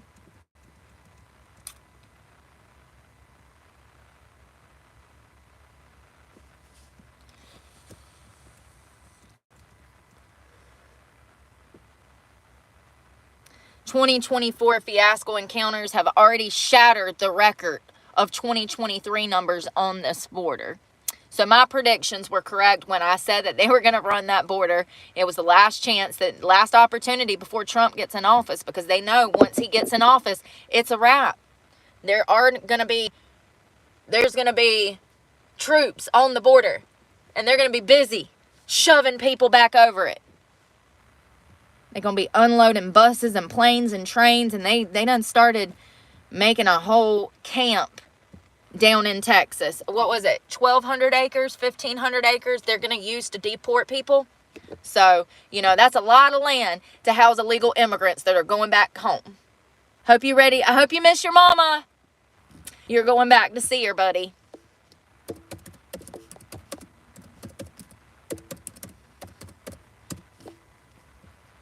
Hope you miss your mama.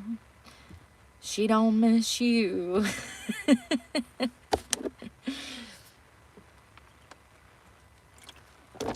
Hasta mañana.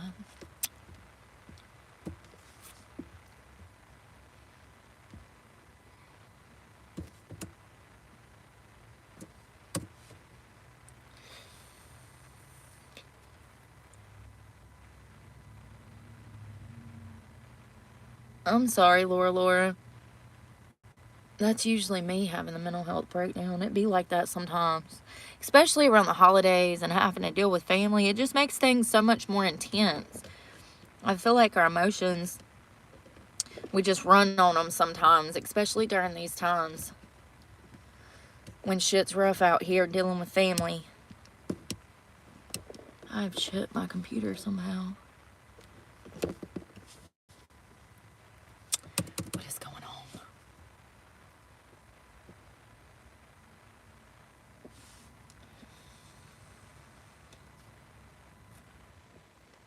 Oh, wow. Texas Republican proposes public executions of undocumented immigrants. Whoa.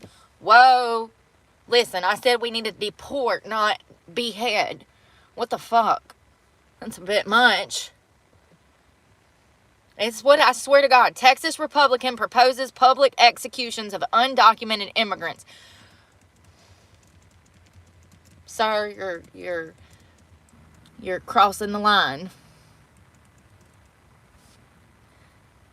Damn, you Hispanic wanting to kill your own people? He's Hispanic. I'm assuming. Valentina Gomez. Listen, if I can't pronounce it, it's not American. It's not Southern. Okay? Valentina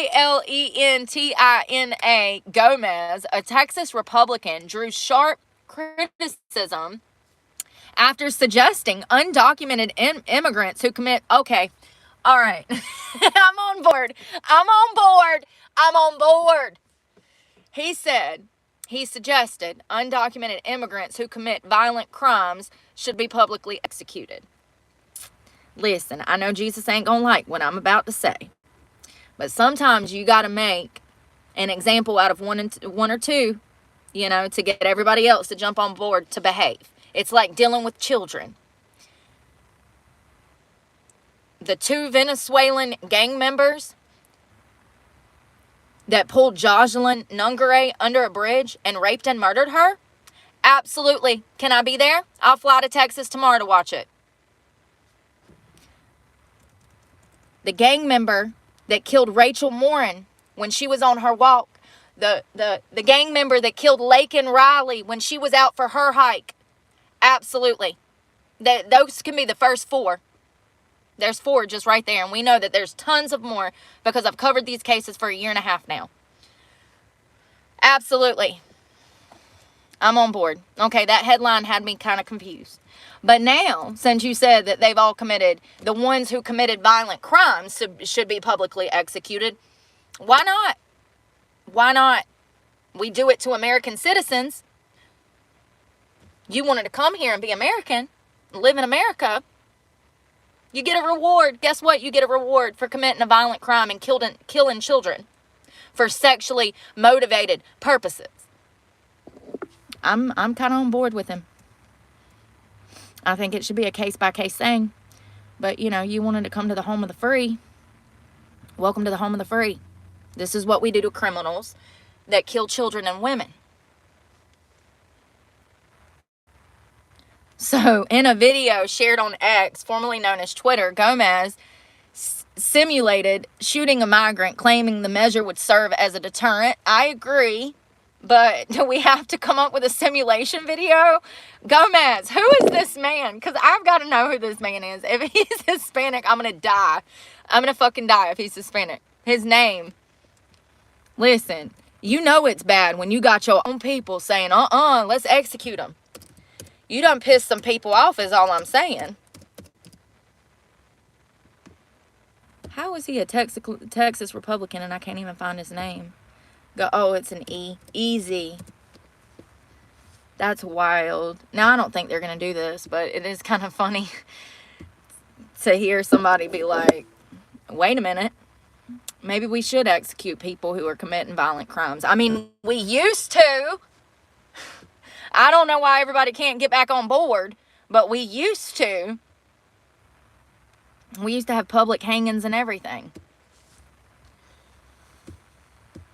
And I don't know if we should have public executions, but I am not above killing people who have killed people, especially American citizens. And if it was an American that committed that violent crime, they would be on fucking death row. But all of a sudden, if you come here illegally, you have more rights than a fucking American. And matter of fact, if you violate the justice system and you do anything to break the law, they just slap you on the wrist and let you out the next day. Stupidest shit I ever heard of. And then we wonder why crime is up. And it absolutely is up. Has been for years. It's progressively gotten worse each fucking year the Biden administration has been in office. I know y'all want to believe everything they put out here, but All I got to do is take a walk around the damn city and I can tell you that crime is up. People are desperate. They're broke. Oh, she's a female. Oh, this bitch is cold. Listen, lady, I don't know who you are, but I like you already. Y'all, first of all, this bitch went hardcore. When they said she had a simulation video, she was not lying. Do you see this? She said, you want to come to Texas and play around? We do it big here. So she's an aspiring Texas congresswoman. Valentina, now that I know she's a woman, I know how to say it. Valentina Gomez. She shoots an immigrant in the back of the head in a campaign video. Now, these were all simulated videos. These were not real people that died.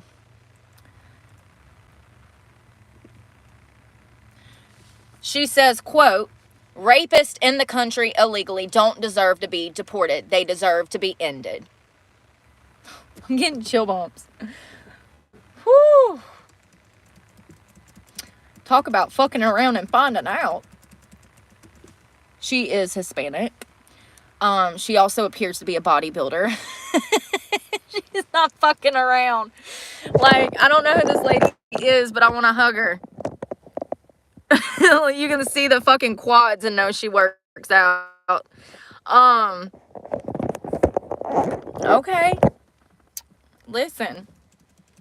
We got Tulsi Jr. over here. So a man with a bag over his head sits tied to a chair in a field without so much as a glance in his direction. The congresswoman puts a handgun to the back of his head and pulls the trigger. And she actually shot into the dummy. Jesus Christ. How do I miss all the good shit? Oh, God. All of the lefties, 1 hour ago, they dropped an article. All of the lefties are losing their fucking minds over this. They're calling her crazy, calling her, you know, it's wrong for her to publicly execute a dummy. They're saying that her mock execution of an immigrant is an ugly reflection of values. Bitch, bye. You know what's an ugly reflection of values? Allowing millions of illegal immigrants to come into this country and steal American money, homes, jobs, opportunities. Give me a fucking break. It was a fucking dummy. If you can't take this, God, you're not going to be able to handle the real world. It's not disturbing to me. I think that it was brilliant. Smart woman. It's that simple. Public executions for any illegal that rapes or kills an American. If it was an American killing an American, we'd be on death row. So what's the problem? You wanted to come here for a better life. So why are you raping and killing our women and children? You wanted to come here for a better life, right?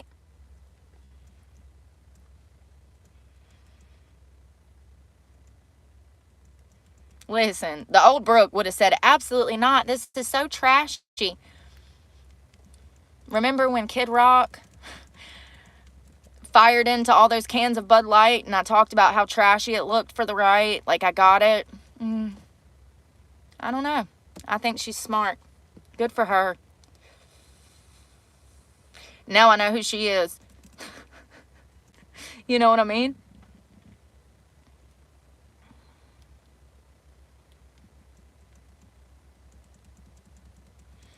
She's a 33-year-old. Oh, I'm sorry, no. She's talking about Sebastian Zepeda, the 33-year-old Guatemalan immigrant who was arrested on murder charges after a woman was set on fire and killed in the subway over this weekend. After the gruesome incident made headlines, Gomez, oh, she's Colombian. I was right. I knew she was something. A Colombian-born American political activist. That last name, Gomez. She is a Colombian-born American political activist and former Missouri Secretary of State candidate. She shared this video on X calling for the public execution of undocumented immigrants who commit violent crimes against Americans. She's talking about specifically illegal immigrants that rape and murder women and children.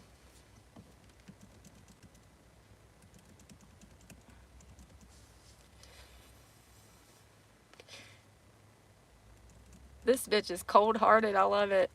Then she's not being cold-hearted. She's actually thinking about the future and trying to protect women and children by publicly stating that this is wrong, that they're getting slaps on the wrist.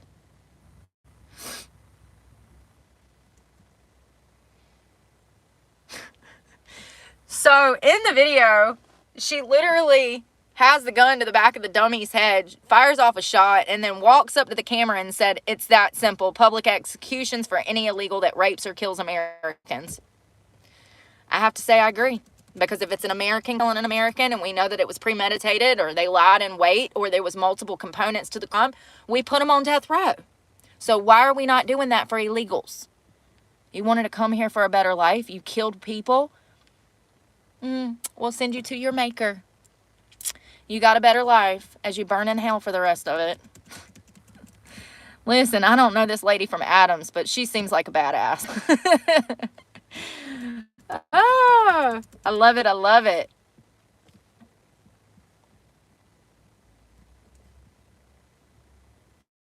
Oh my God, is this a real question? These fucking things.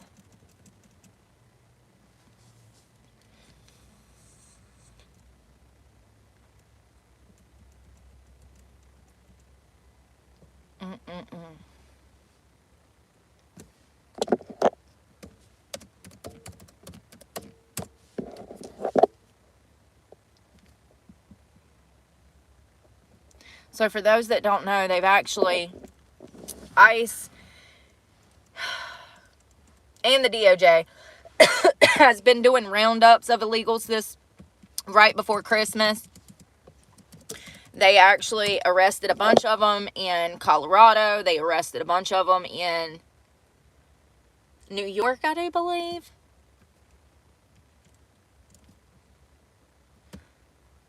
Two days ago, they got illegal. They arrested 11. They were all gang members.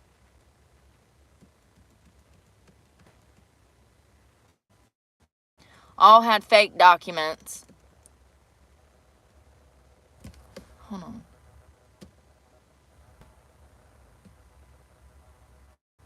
Wow, the whole world has started arresting them. It's like we started, and then I'm seeing stuff out of Delhi, Bangladesh, Rustenburg. Where the frick is that? Where's Rustenburg? Over 60 undocumented arrested in Rustenburg. So it looks like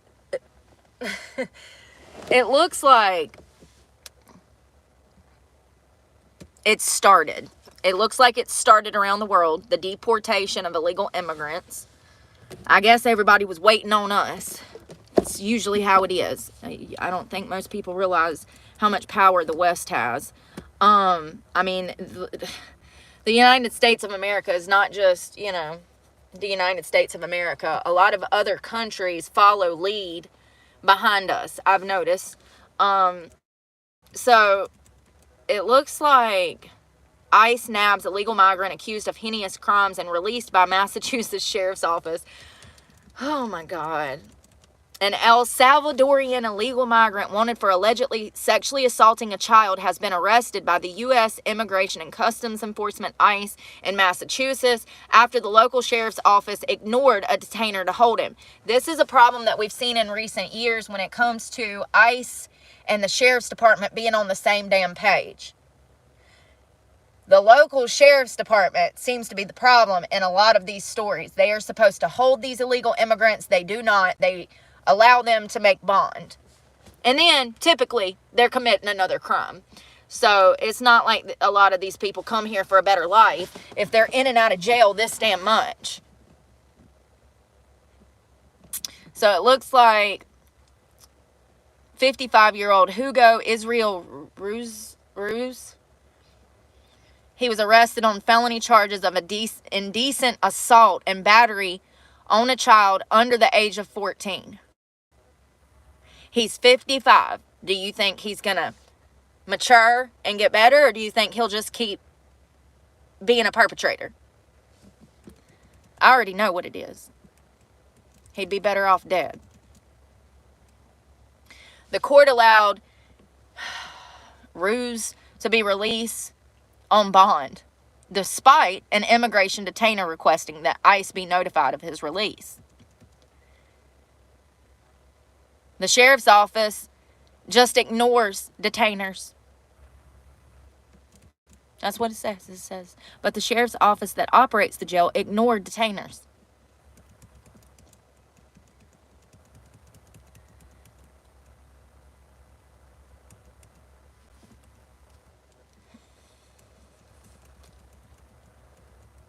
Don't worry, he's in ICE custody now, so he doesn't have the opportunity to harm any more children because ICE did pick him up finally. And it's already started. It looks like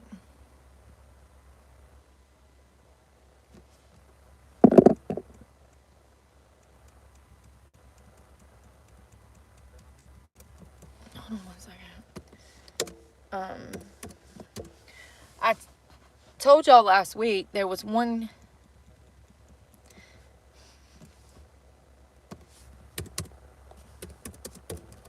Where did all these stories go? Yes.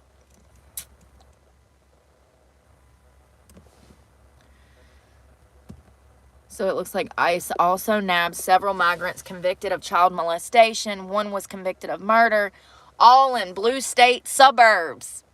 Love that for you lazy, crazy lefties. At least they're sticking in the damn suburbs with you guys, right? I don't have to worry about running into them.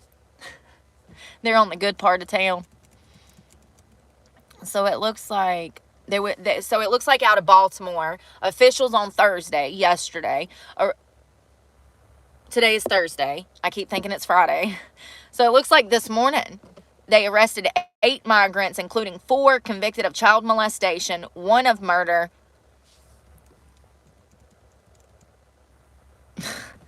One of the migrants apprehended was convicted of sexual abuse of a minor and exposing himself publicly in public several times. He pulled out his penis. Another migrant from the Philippines was previously convicted of molesting a 10-year-old girl.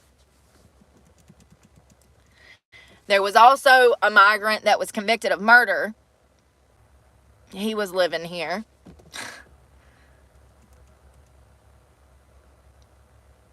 So this is from the Baltimore Field Office Director, Matthew Elston. He said, the people we are out for are the worst of the worst. This is not an average person who is in the country illegally. He says, if we are targeting you, there is a reason. And he's the head director of their field offices, ICE's field office. So he's saying, these are the worst of the worst types of criminals. He's saying, these are not average people. He says, if we're looking for you, there's a damn reason. The goal is simple for the Baltimore ICE field office: arrest and then deport as many illegal immigrants with criminal records as possible. If they already got these lists ready, honey, just imagine how many there are. If they're already out here in these streets arresting these illegals wanted for serious, heinous crimes, just imagine how many there are. All 8 of those migrants are now behind bars, awaiting hearing in front of an immigration judge and potential deportation. Let's clean up these streets. Let's bring back some sanity, some law and order, honey. According to the ICE data obtained by the House of Homeland Security Committee in September, there are at least over 500,000 illegal criminal immigrants on the agency's books. 650,000 criminal illegal immigrants on the agency's docket. Those are just the ones that they know are criminals. 650, almost 1 million. Over 500,000.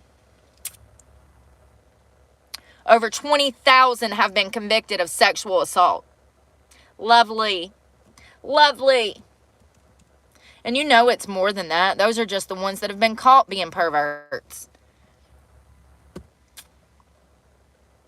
Yeah, I agree with that Gomez lady. Sure, you can come here for a better life. But the moment you touch an American, your better life is going to meet your maker. So I knew that they were sweeping. So it looks like they arrested 250 here, illegal immigrants in Florida. Hold on, I'm trying to get the damn thing up. They've been doing, I've seen Aurora, I've seen New York. ICE just showed up and arrested like 15 illegal immigrants that were wanted. A lot of these people are on lists. Like, they have been looking for people. Known gang members. And once again, these behaviors are worse in the damn blue cities. You don't see this shit in Republican-ran cities. It ain't happening. Love that. Come on.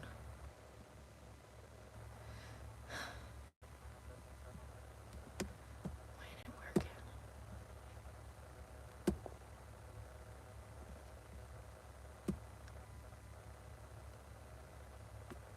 My computer ain't working.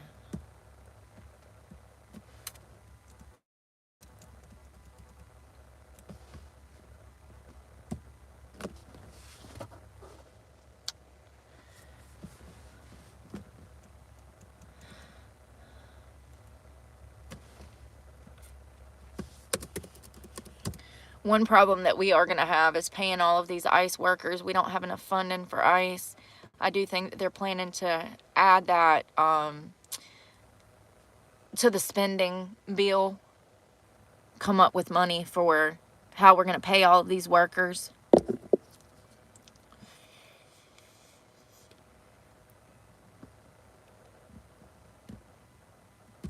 on, man.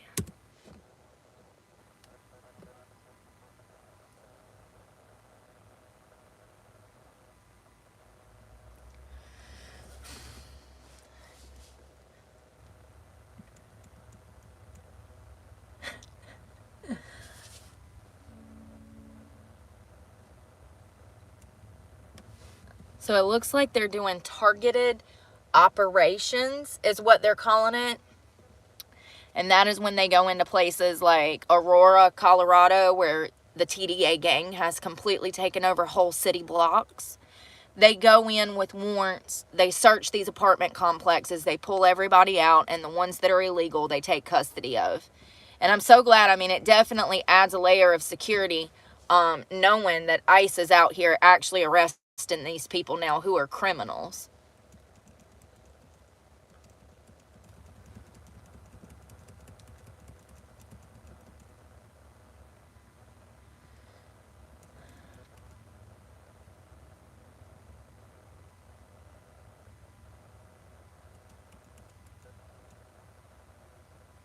So it took about 16 ICE agents an entire morning to arrest 5 immigrants who they said were undocumented, had criminal records, and had been released on bail by local jurisdictions instead of being turned over to federal authorities. Each of these immigrants required 40 to 80 hours of surveillance before agents made this arrest.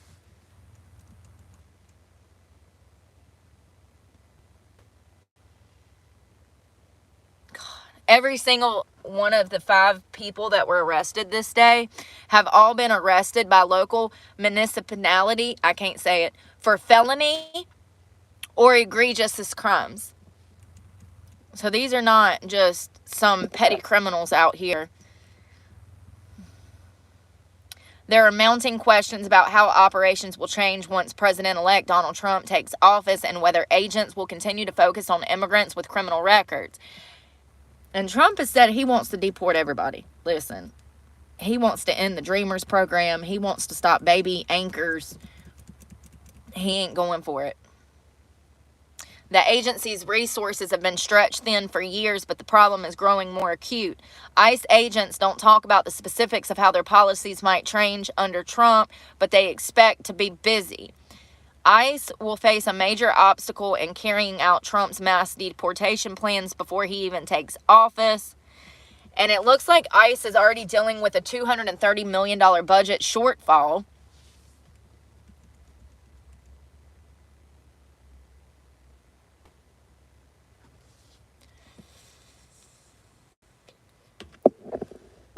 While a program that allows local law enforcement agencies to partner with ICE is expected to be ramped up to help with the manpower, a battle between some local jurisdictions and federal authorities is brewing. You know how we end that shit? We stop the federal funding. You don't want to get on board? You're not part of the United States. Like, okay, New York, you're your own entity. Let Eric Adams run you into the ground the rest of the way. Like, and you know, it's crazy because Eric Adams is the one that declared New York a sanctuary city. And then I saw him on the news yesterday talking about he's going to be compliant with Trump's deportation plans. My, how the music switches when you realize. So funny. I mean, just that quick, Eric Adams changed his tune. So it looks like Tom Homan is doubling down on a threat to prosecute elected officials who impede his mass deportation plan. Lock him up! Lock him up. Eric Adams. And that blonde bitch that I can't stand from New York. I cannot believe she's the fucking NYPD's commissioner. Like, and then y'all wonder. Oh, I'm just glad I don't live there. I live under good old Ron DeSantis.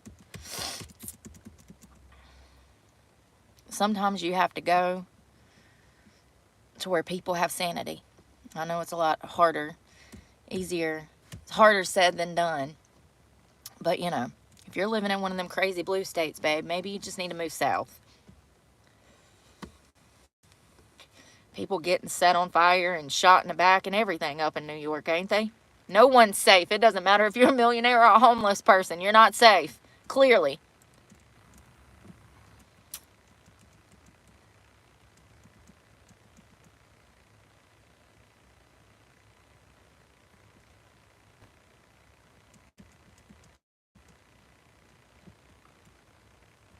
So the head of ICE said that they are focused. The only thing that ICE is focused on currently is public safety and national security.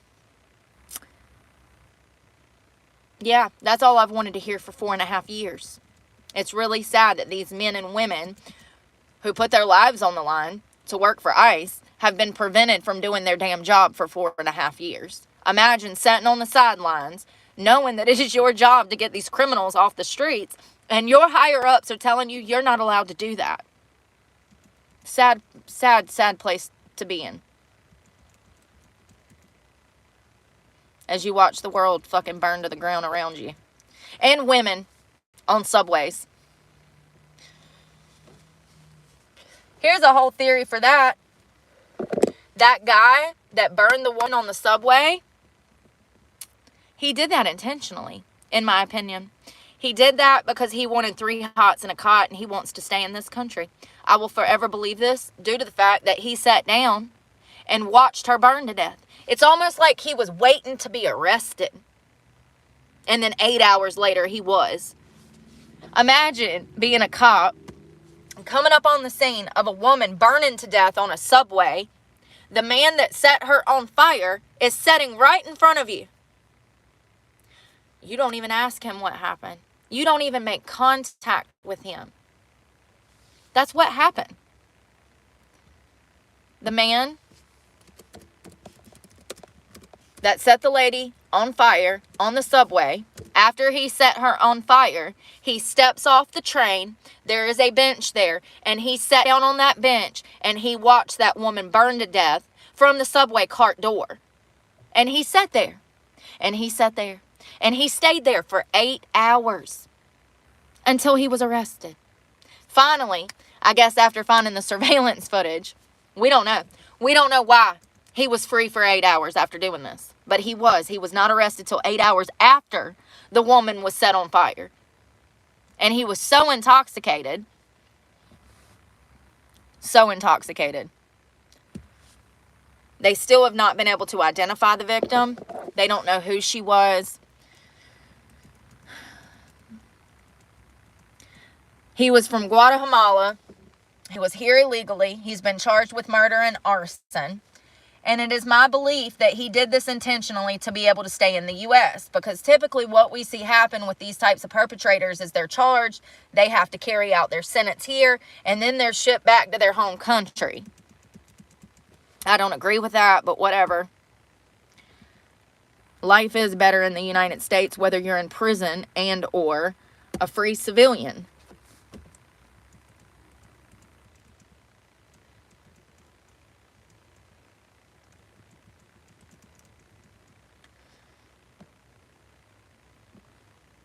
So it looks like they have some intent because they've charged him with first and second degree murder.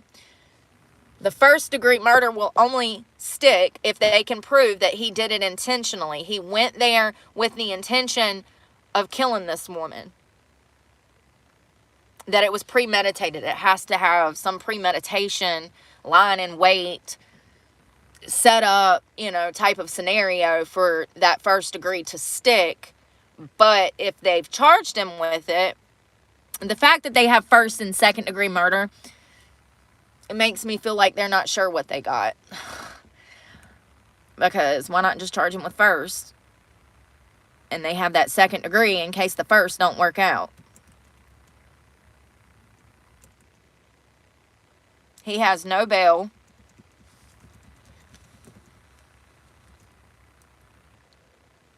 According to the criminal complaint, Zapata allegedly set the unidentified woman's clothes on fire and then fanned the flames by waving a shirt around her, which caused the flames to fully engulf her. Authorities say they have police body camera footage, surveillance footage from within the subway car, and witness statements about the incident. But yet, the son of a bitch sat right in front of you as the woman was still on fire, and first responders show up, and y'all don't know that it's him that did it? It takes y'all 8 hours? Listen, all I'm saying is y'all seen that commissioner. Y'all saw what that woman looks like.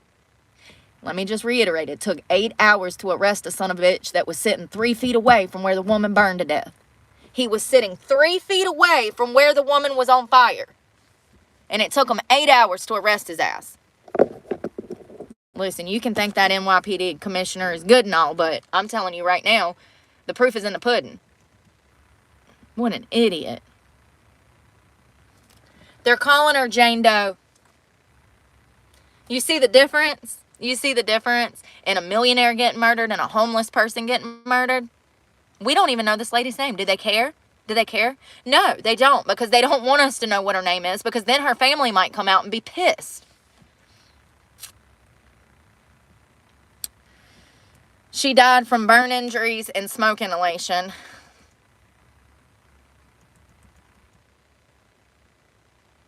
He was already deported once. He returned back.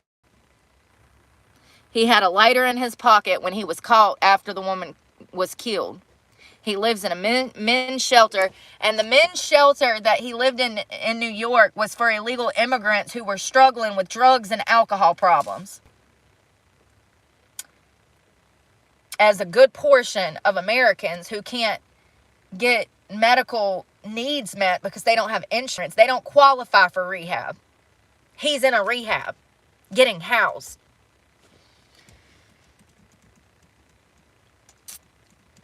What a loser. If y'all want to execute him, I'm down. He executed some homeless woman. I'm just saying that kind of deserves a bullet to the head. That's all I'm saying. An eye for an eye.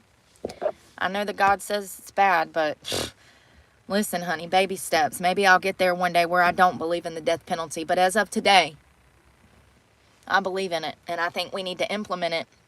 And that's what Trump plans to do. So good for that.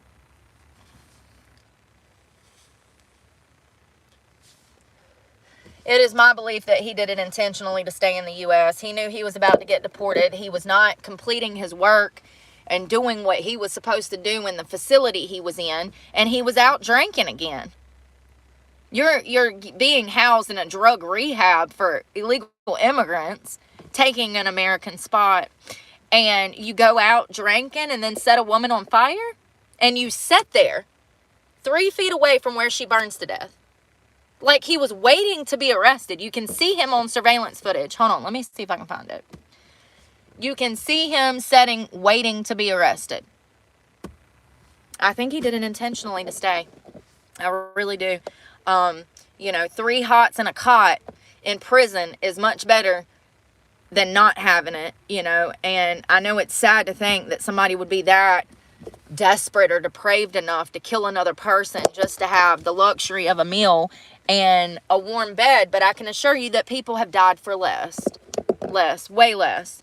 Subway fire. Let's see if I can find a clip, because I watched it and I was like, that son of a bitch is literally sitting there watching her burn to death.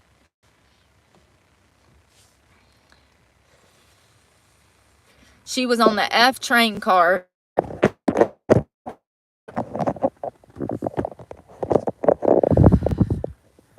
Warning, graphic content. So that is her burning to death, and he is sitting right here. Look. He's watching her burn to death, you guys. And he sits 3 feet away. And it took 8 hours for them to arrest him.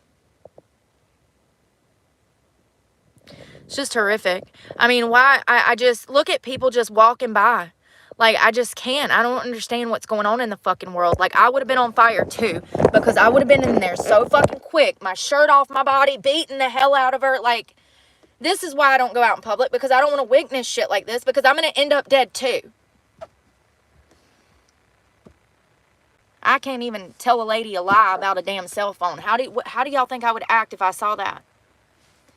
As people are just fucking walking by on their way to fucking work. Have we just completely lost all empathy and compassion in this country? Because it feels like it. It really does. It feels like it. Nobody even trying to help that poor woman. I think that's the most heartbreaking part. That was a cop that went by.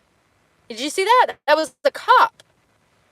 Protect and serve my ass. And let's not forget that there's over 1,000 National Guard members in that subway already guarding all of the cars and stuff.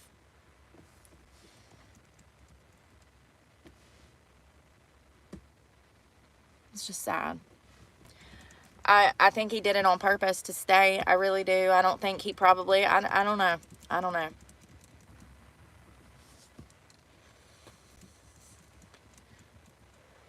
I mean, it's really senseless. It doesn't even make sense.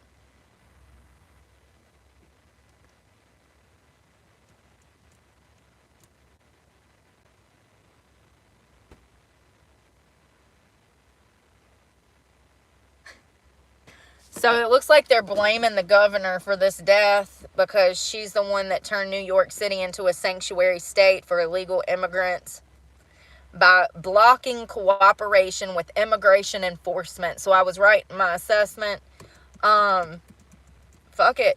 New York doesn't get any more funding. How about that? Let's see how quick they change their mind when they're not getting money for all the things they need.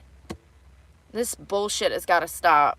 I mean, that is one of the most heartless killings that I've ever witnessed. I mean, just knowing that that woman was going through absolute hell. Like, and the fact that she was asleep is even more just callous and cold-hearted. Like, she is literally asleep, minding her business, obviously homeless, living on a train.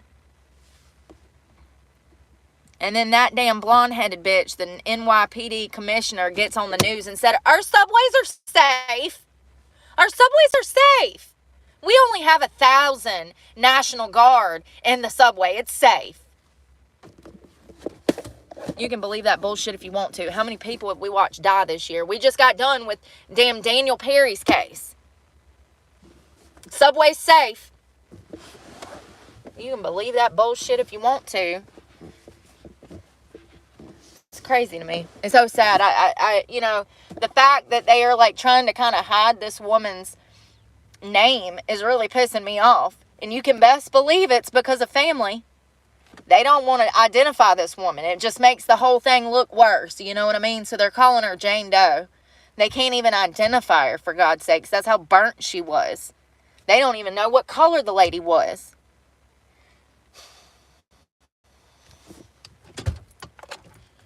Well, coming to a city near you if we don't clean this shit up. We got one opportunity, one shot. You only get one shot.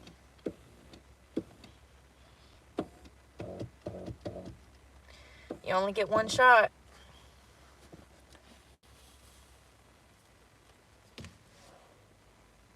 You know what I was thinking about last night?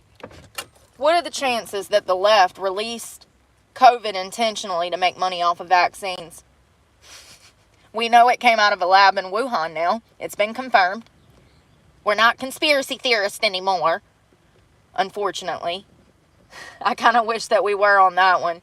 But what are the chances that the Biden administration somehow coerced this COVID out of that lab to make us all sick so that they could make money off of vaccines? Because we know they made money off of vaccines.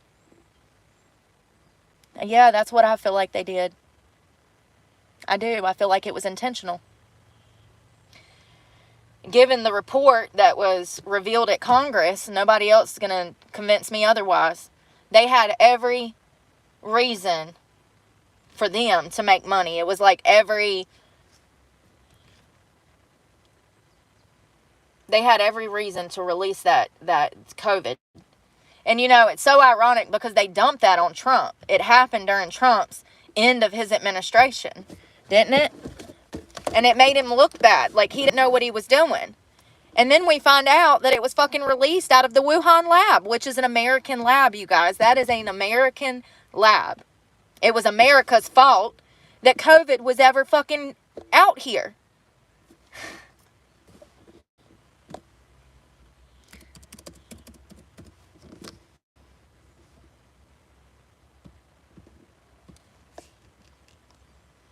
Thank God for people like RFK, you know, because if it were not for him, everybody would be saying anybody that refused to get the vaccine was crazy. You know, RFK was on the forefront of saying, hey, this is wrong. We can't do this. We can't do this, you know. We haven't tested this vaccine. We don't know the long-term effects of this vaccine. People should not be getting this vaccine. RFK was on the forefront of saying all of this stuff before that vaccine was even on the market. And everybody called him crazy. They all called him a conspiracy theorist, remember? Remember? They called him crazy? Hold on.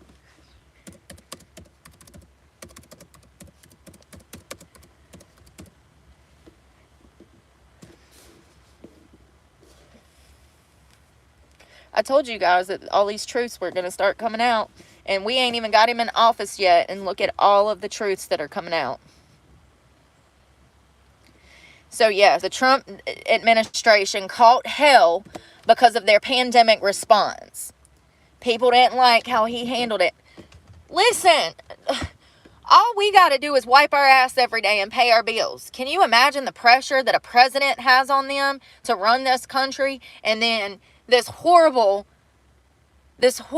pandemic is dumped in his lap, possibly, presumably, and allegedly by the left, and you don't know how you would act. So it looks like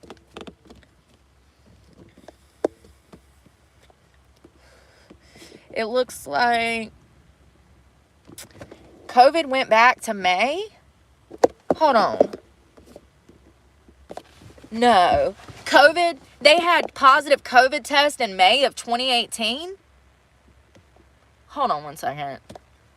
What is this? This is a timeline with COVID.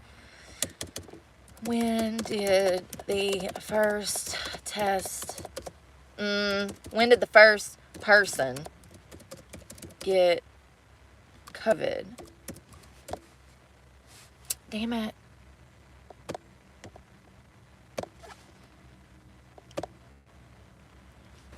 COVID has always been around.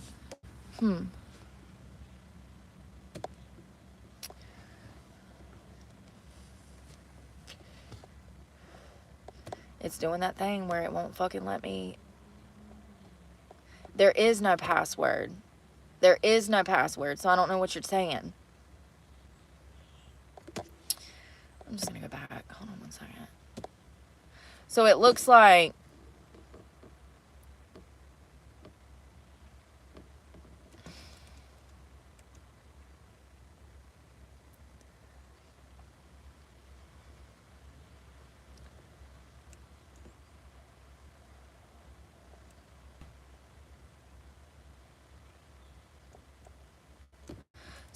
in January of 2020, that's when the first signs of COVID in China started showing. And Trump said, quote, "We have it totally under control. It's one person coming in from China. It's going to be fine." Then in January, 2 days later, the 24th, it looks like Trump said China has been working very hard to contain the coronavirus. The United States greatly appreciates their efforts and transparency. God. The fucking irony, knowing that it came out of an American lab. It just is unbelievable. Because he's saying like it came from China, you know, and like the way that things were spun at the time, I feel really bad for Chinese people because, you know, they caught a lot of hate over this shit. And it did come from China, but it came from an American fucking lab. So it's one of our labs that we had in Wuhan. And he says, China has been working very hard to contain the coronavirus. The United States greatly appreciates their efforts and transparency. It will all work out well. And he goes on to thank President of China. It's the XI. That was January 24th of 2020. Then January 28th of 2020, quote, "This will be the biggest national security threat that you face in your presidency. This is going to be the roughest thing you face." Now, this was Trump's national security advisor saying to Trump. Well, he sounds like a bad friend. Why are you in my ear telling me shit I already know? That sounds like that backhanded fake friend shit. This will be the greatest national security threat you face in your presidency. No shit, Sherlock. Now I think he's dirty. Why are you damn... I can't stand fake friends like that. Like I don't fucking know the house is on fire. Bitch, I can feel the heat. I'm standing in the house. Thanks for telling me the damn obvious. January 30th of 2020. The lack of immune protection or an existing cure or vaccine would leave Americans defenseless. Who said this? A trade advisor, Peter Navarro.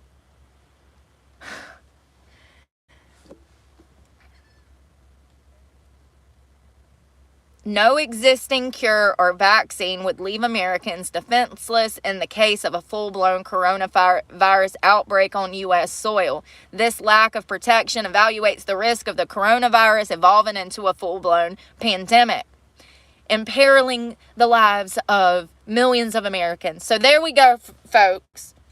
4 days after the rumors, 6 days after the rumors of a coronavirus in China, some advisor, Peter Narvo, is saying, we need a vaccine, we have to have a vaccine. Who is this Peter? Let's go look who Peter is. I wonder if he's a lefty.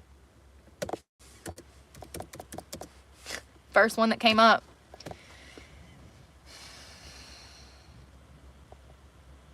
So it looks like his name is Peter Kent Navarro. He was an I can't never say that word, y'all. An economist. Economist, sorry. It takes me a minute. I'll get there. He was an economist and an author who served in the Trump administration. But was he a righty or a lefty? And he looks like an old hag. He looks like Joe Biden Jr. He was the Office of Trade and Manufacturing Policy.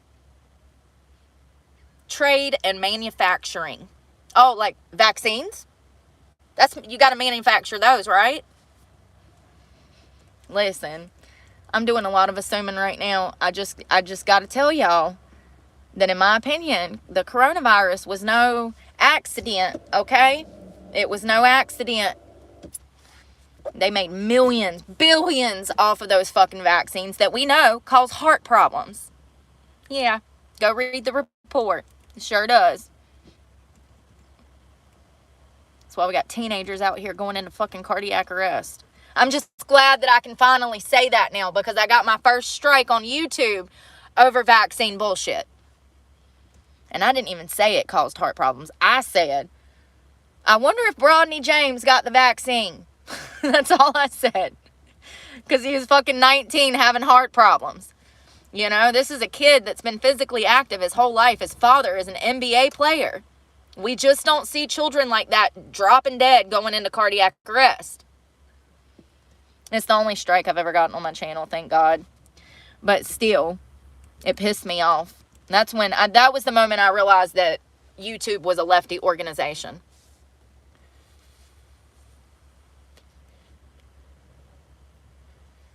Oh, it looks like this Navarro advanced conspiracy theories of election fraud in the 2020 presidential election.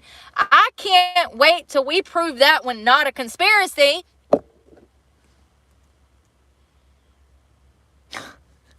On June 2nd of 2022, a grand jury indicted him on 2 counts of a contempt of Congress. He was convicted on both counts, and in January of 24, he was sentenced to 4 months in jail and fined almost $10,000. He served his sentence at the minimum security camp inside the Miami Federal Correctional Institute. He was released on July 17th of 24. He is a contributor to Project 2025.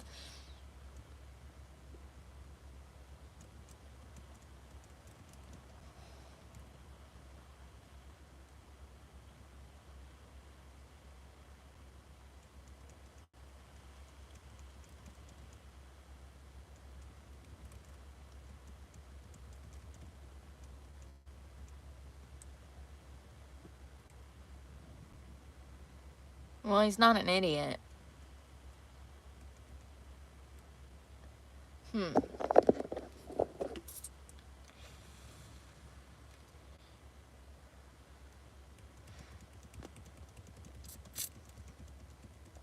I can't determine if he's a good guy or a bad guy.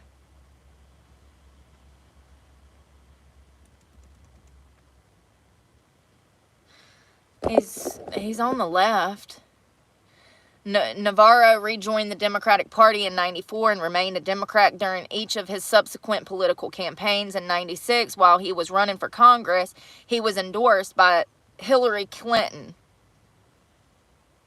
Well, I think that makes him a bad guy. How did he end up in Trump's office if he's running around with all these shitheads? For those that don't know, Hillary Clinton might be the Antichrist. Oh, God. Along with the Obamas. Horrible people. They have ran... You know, it really started with Bush, but then it carried into Obama, and then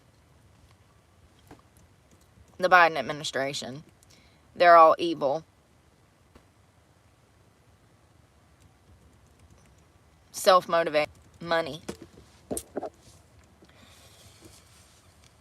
So it looks like on December 21st of 2016, Navarro was selected by President-elect Trump to a newly created position as director of the White House National Aid Council.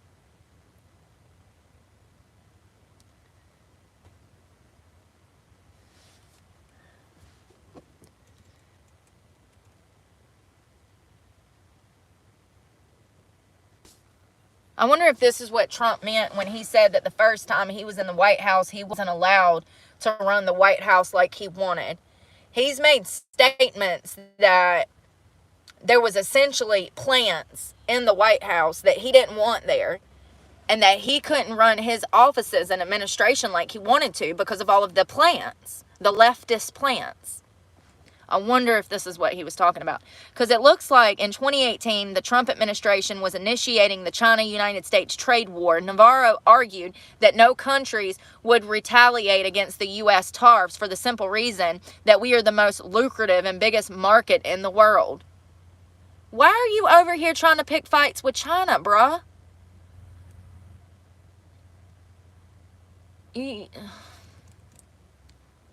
Shortly after the implementation of the tariffs, other countries did implement regulatory tariffs against the United States. So even though this economist said that it would never happen, it happened. And I thought it was a bad idea when I was fucking reading it, but what do I know? I'm not an economist. I just don't think that it's good to poke the fucking bear.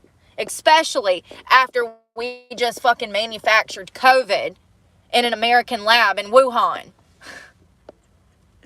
This shit's wild. And that was before. But anyways, you get what I'm saying.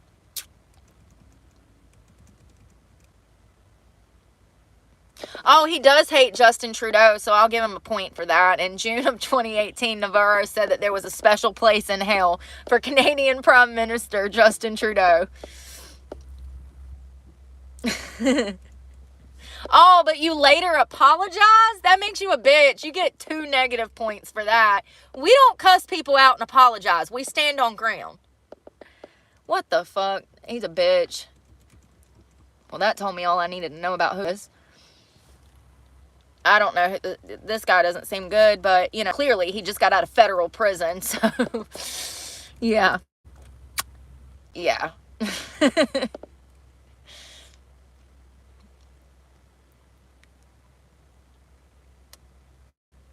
Okay.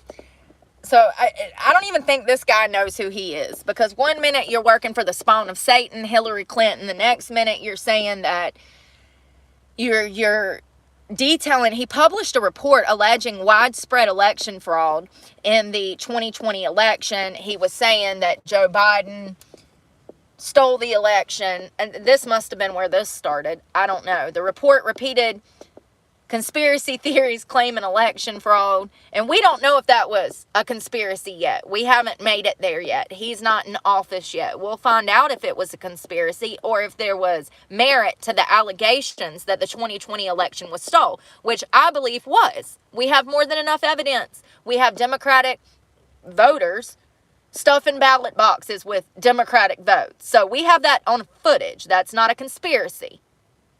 When we have videotapes of it. And I've posted it on this channel. Those people were arrested for election fraud, and it was during the 2020 election. So is it a conspiracy, or has it just been covered up? I don't know.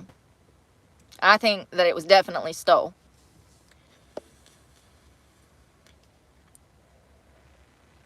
So it looks like this Navarro was the one that kind of pushed, I'll call it a conspiracy for now, the conspiracy that the election was stole. He even wrote a report.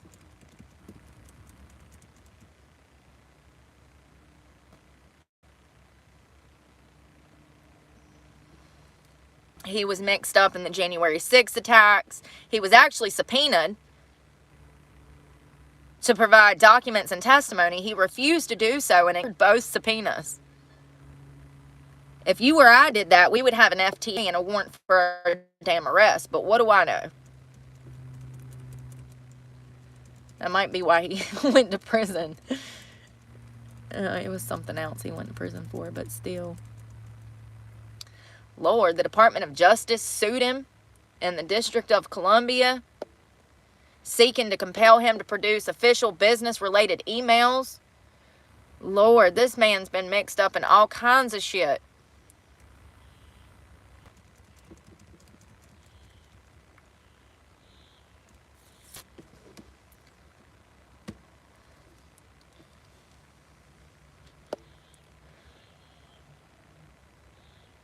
This Navarro, who would end up going to federal prison for a few months, he was the first one to start screaming from the buildings that we needed a cure or a vaccine, and if we didn't have one, that we would be defenseless and the coronavirus would outbreak on U.S. soil and kill everybody because we didn't have any protection against a full-blown pandemic. We know he worked for Clinton's. We know that he was tied up with the Clintons, which is the swamp. Listen. I'm just saying he sounds like a plant. That's all I'm saying. He sounds like a plant.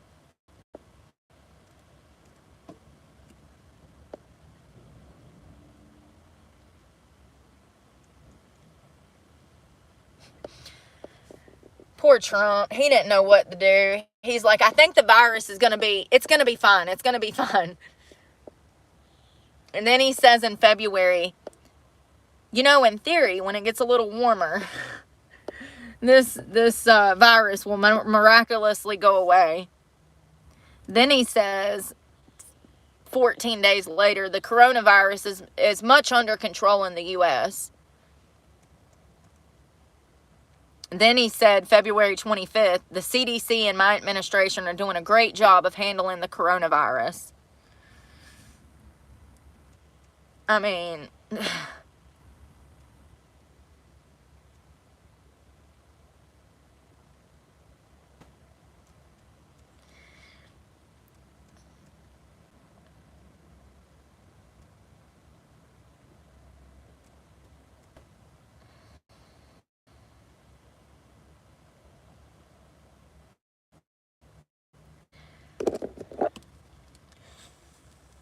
it was released on an election year. I'm just saying, it was released on an election year. I just think there's more to it. I think it was done intentionally, and I'll always feel that way.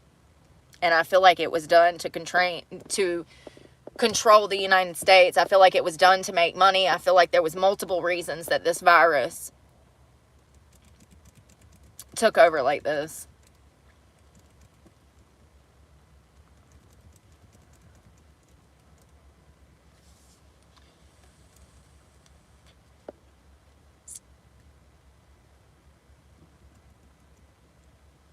I mean, judging by these comments, he didn't handle this well. I'm looking at all these comments. I mean, every day from February till March 17th, when the government essentially, you know, that's when we were confined to our homes. I remember that day because I drove to work that day and then had to drive home without working. So every day he was making statements. Just stay calm. It'll go away. Even the day, so he says on March 10th of 2020, just stay calm, it'll go away, it's getting warmer. Then on March 11th, the World Health Organization, the WHO, categorizes the coronavirus as a pandemic due to the alarming spread and severity of it. Then on March 11th, Trump says, it'll go away, it's going away. I think he was in over his head, okay? Clearly, it's not going away, Mr. Trump. It's intensifying. Then he said again on March 11th, the vast majority of Americans, the risk is very, very low. And it was. It was the elderly, pre-existing conditions, people with respiratory issues, people who were obese. Those were the ones that were hit the hardest, no doubt.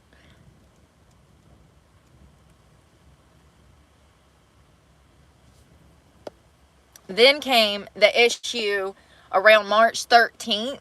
It looks like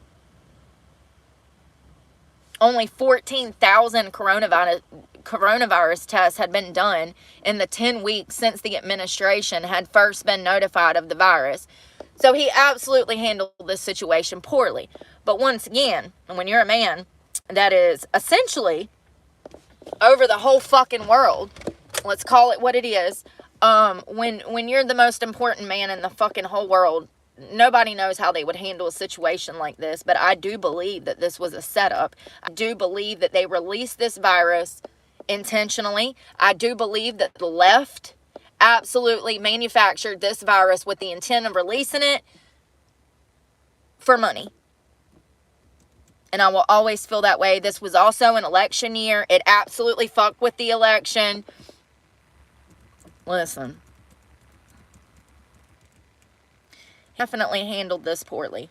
I see both sides. I give credit when credit is due.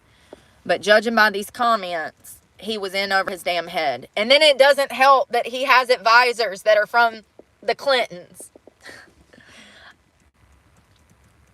I don't know why he would do that, but it might be why he said the last time he was in office, he wasn't allowed to do what he wanted. So it would make sense why he's bringing in Elon and Vivek when they don't even have it, you know, they're not government elected officials. It makes perfect sense why he's doing things completely different than he did in 2016.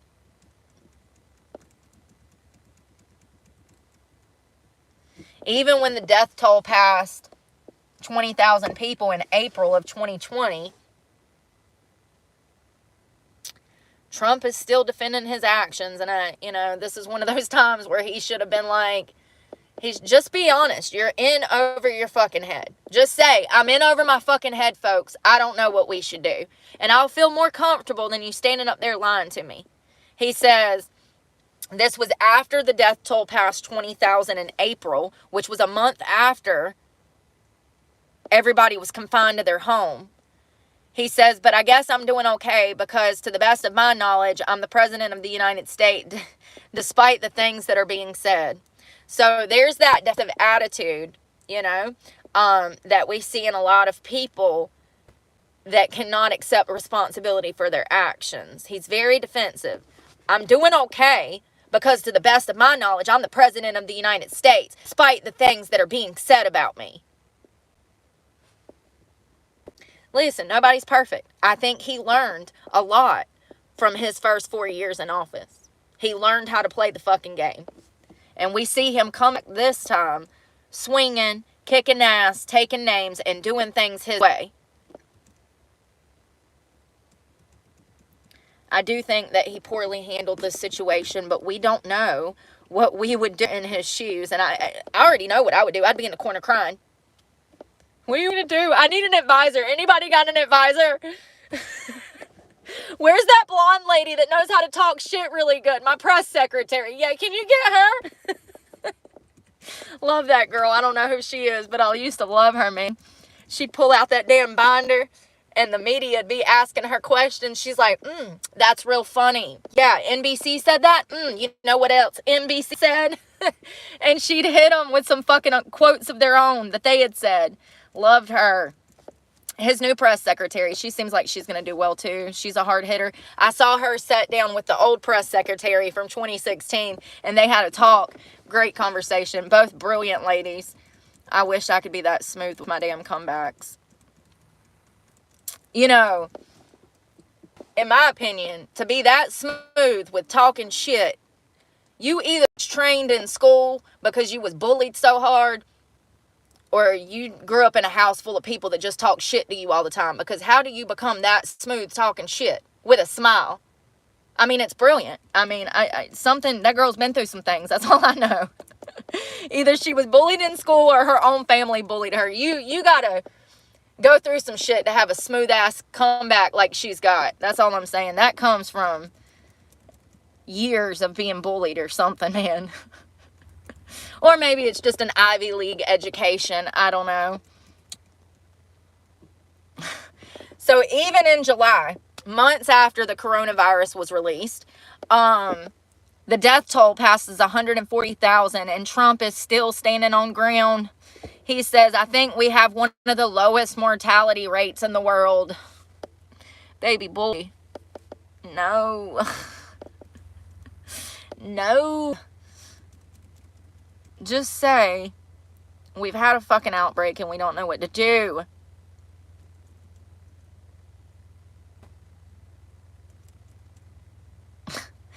Even in August saying, I think we're doing very well. As well as any other nation.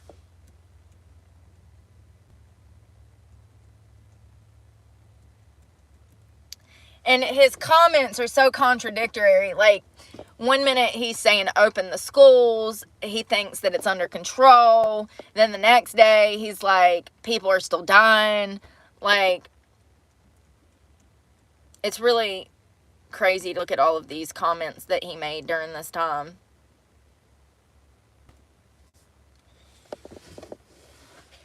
So in December of 2020, Trump was at some meeting, and he starts yelling. He's like, you're killing me. This whole thing is, we've got all the damn cases. I want to do what Mexico does. They don't give you a test till you get to the emergency room and you're vomiting. He was all over Twitter making comments. Trump, get off of Twitter during a damn pandemic.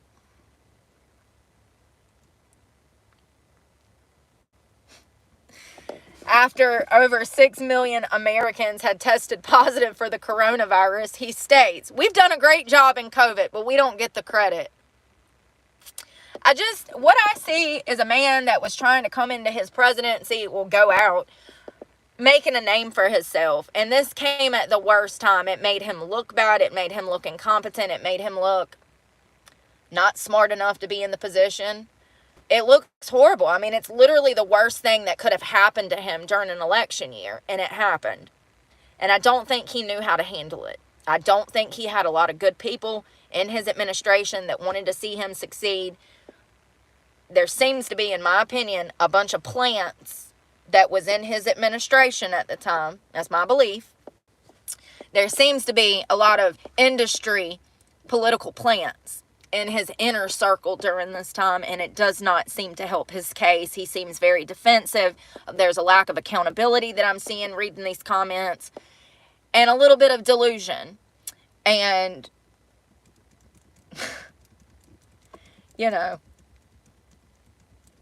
it's crazy.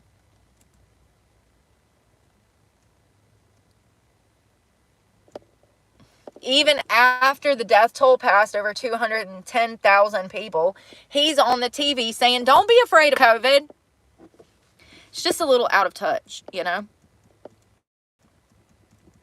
I just don't feel like he knew what he was doing in this situation. Like, he's a businessman. He's not a fucking doctor. He don't know what's going on. He has to rely on other people in his administration to relay that information to him.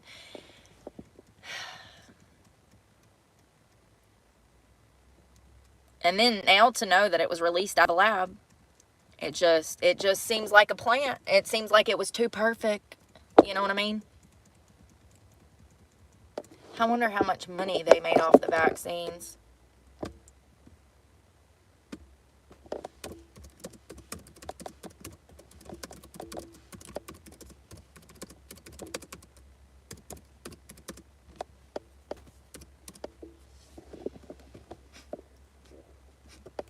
Sorry, Deborah. Hey, Deborah. Hold on. Here we go. 80 billion. 400 million doses.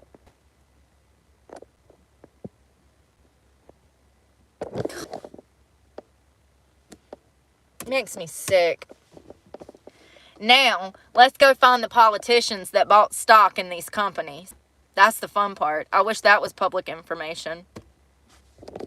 I bet you there'd be a lot of lefties on there, like the Clintons, the Bidens. Like,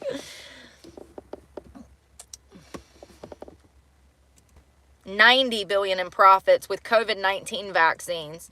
Pfizer, BioNTech, Moderna, and Sinovac made an extraordinary US $90 billion in their profits on COVID-19 vaccines and medicines from 2021 and 2022.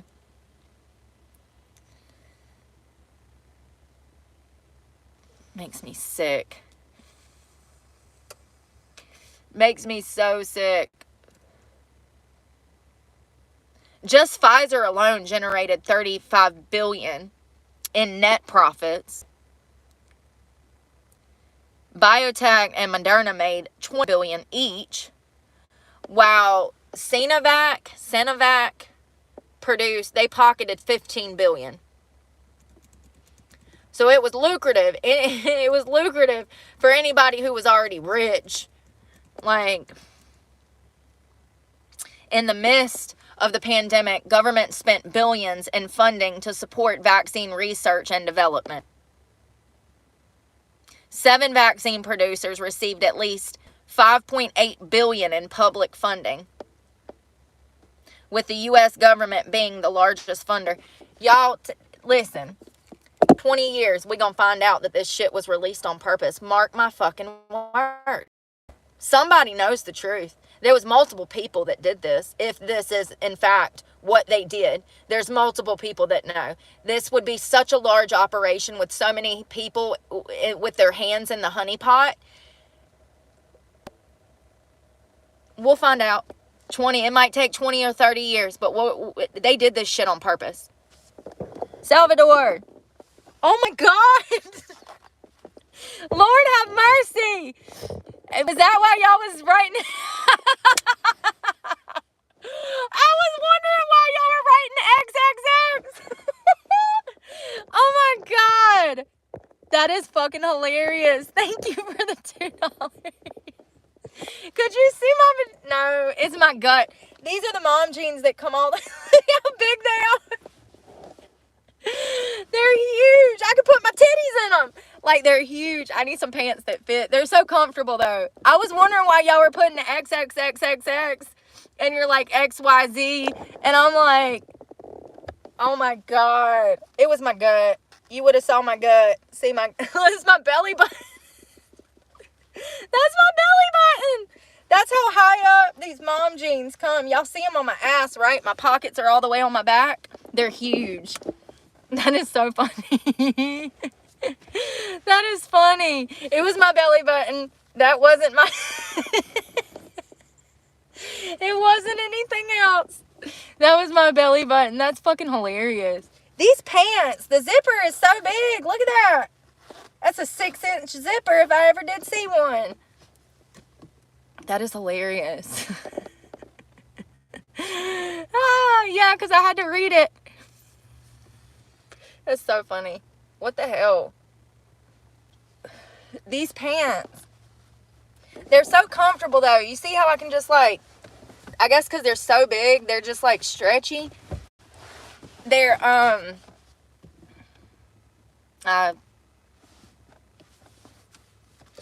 I got them at some Western store, and they're really comfortable. And when you got an ass to put in them, they look really good. I can't think of the name of them. Oh, and I can't see back there. They're really comfortable, but God, the damn zipper. It's always coming down because they come up so high. So it looks like... It says that the vaccine producers benefited even more from advance purchase agreements, which gave upfront financing. It gave upfront money financing for development and production while transferring risk from suppliers to buyers. Pharmaceutical companies received at least $86 billion through these APAs. The exact amount is hard to pin down, said some Democratic representative. It could be much higher because companies and governments have not been transparent about the deals. As far as we could establish, these agreements did not require companies to return money to develop and produce vaccines, even when the development failed and the vaccine was never delivered.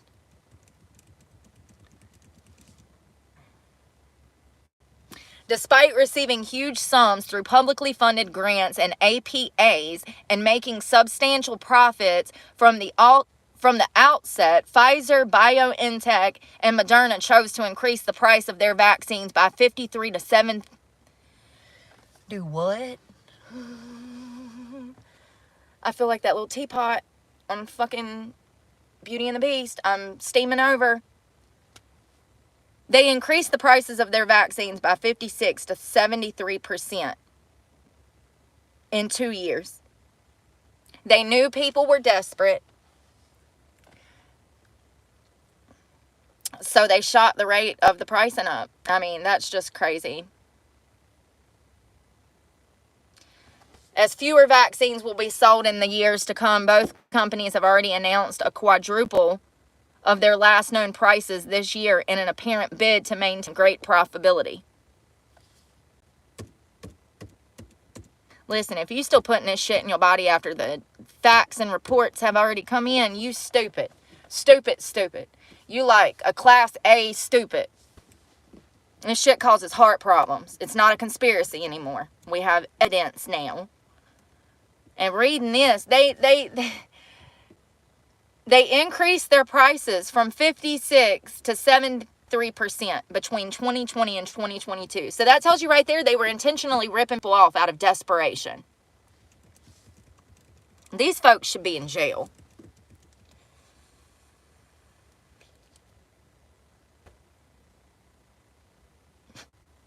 At a time where ordinary people are struggling with rising cost of living, big oil, big food, are getting super wealthy, and so is big pharma. while the oil majors making money from driving climate change and profit from a war-related economic disruption, and food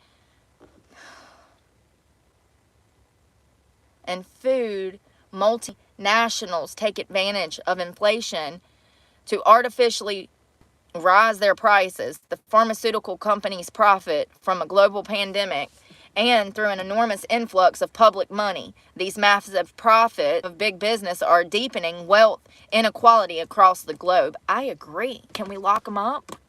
That 56 to damn 73% should be enough to damn, in my opinion. I mean, it's just evil. It's evil. I mean, can we not put some laws on the books to prevent Big Farm from profiting when not more than enough money?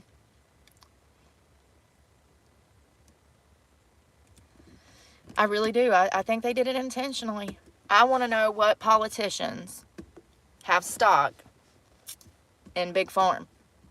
And then there we go. That's probably the culprit who released COVID. We know it came out of an American lab, and then we also know that Trump's administration had fucking Clinton's administration in it. And we know that they're damn the swamp. That's who's running the White House right now, the Clintons and the Obamas. For those that don't know, allegedly. That's who's running the behind-the-scene puppeteer, Joe Biden.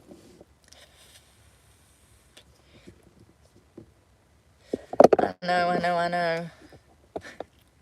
He's out. I know. That shit's crazy. Oh, they're risen. Risen. R-I-S-E-N. I gotta find a bathroom. I think the only place I got to go is this damn store down here with all these people that be wild. I got a headache, y'all. I wonder why. Maybe looking at that computer too long. It stopped raining. It started and then it stopped. Little seatbelt. I don't want to end up in the air on a power line. Missing a leg. Shit's wild. I mean, at least she acknowledged. I mean, she said, I didn't have my seatbelt on. You know how fast you got to be going to get ejected out of a car and get thrown up on some power lines? Girl, I don't think you need a license. I've done some crazy shit in my days, but I ain't never ended up on some fucking power lines. You know what I mean? With my damn limbs hanging off. She had an arm and a leg missing, hanging up on some power lines. All could have been avoided if she wore a damn seatbelt. I need to throw some of this away. I got trash coming off everywhere. Lord, there's a few people out here. I'm going to try to mind my business. I hate going in these places when it's damn people out here drinking and shit, but it's the only bathroom. And I just can't be popping a squat in the middle of nowhere like everybody else. I mean, if I had a penis, then, you know, it'd be different, but I don't. Unfortunately, so I got it damn like that. Hey, can I use your restroom? Thank you. Oh. At least there's no music in here.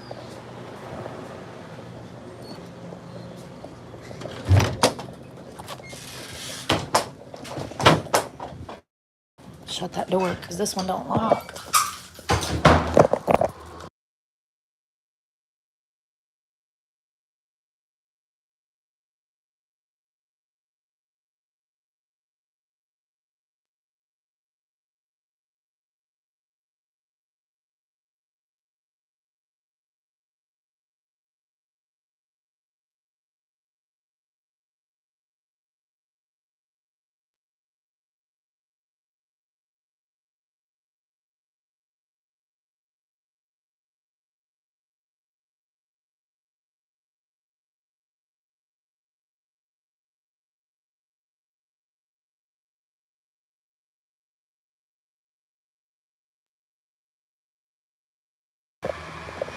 I'm tired of popping a squat.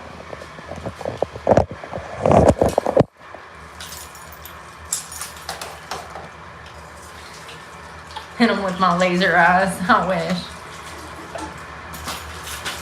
I don't know how I'm still so tan. I look tall. How? I ain't been outside since it's been warm. It was 2 weeks ago. You know what I mean? I don't know how I'm still tan. I kind of want something to drink, but I kind of don't. I don't want to spend no money. Oh, they got spam? Oh, they got spam. Alright. Bathroom break done. These are the hardest shit to find the bathrooms out here. So annoying. Oh, my hair. There's that guy that's always out here. He's so funny. Gay guy. He's funny as shit. That's the one that was drunk that night. Talking to me. He's funny. I was over here at the park one day a while back drinking, and he's like, we were both drinking and we were just cutting up. He was so funny. So funny. So funny. Hey babe, I didn't see you sitting down there.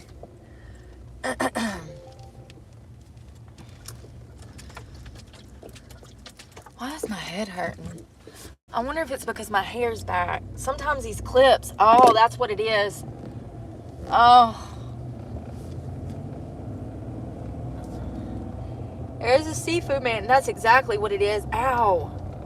That shit hurts. Like I've had it up there for 2 days. I saw some damn lady on the internet talking about if your head hurts, it's because you need to wash your hair. I'm like, what is this bitch talking about? She said that it's because you got bacteria growing on your scalp. Girl, if you don't get the said there's bacteria growing on the scalp. Girl, bye. I was following you until you said some dumb shit. Now I'm like, this is how dumb. Look at how big these clips are. Of course your fucking head hurts. Jeez Louise. Please. With the stupies.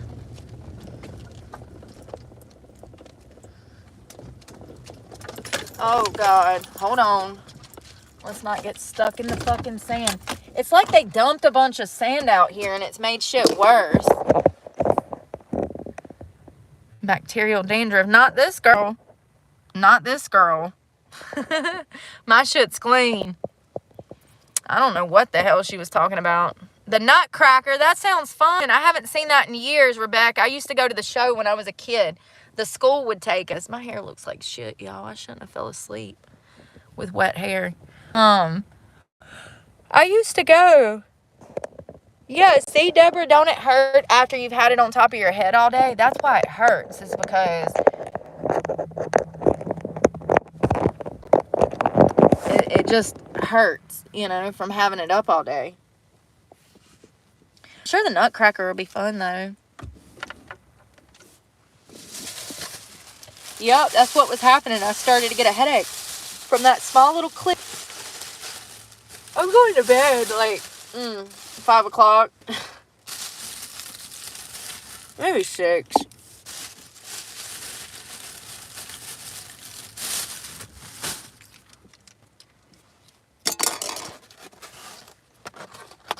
Let's see if this is still good cold.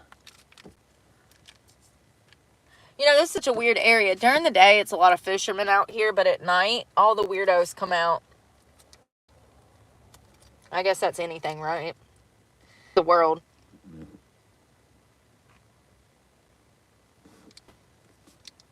Spicy mustard. She was talking about when you put your hair on top of your head and you wear a ponytail, how it causes a headache. That's my experience, too. That's usually why I have my hair down, because if I leave it up too long, it hurts. I get a migraine, tension headache.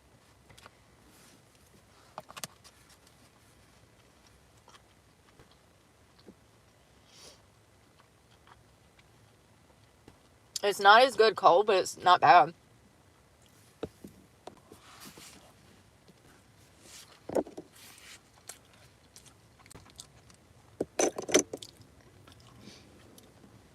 Yeah, And then that lady saying that the headache comes from your hair being dirty. Girl, if you don't get out of here. It's just amazing to me. And she's got like millions of followers.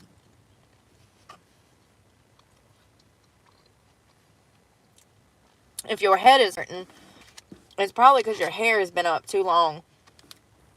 You got a tension headache, tension head sore.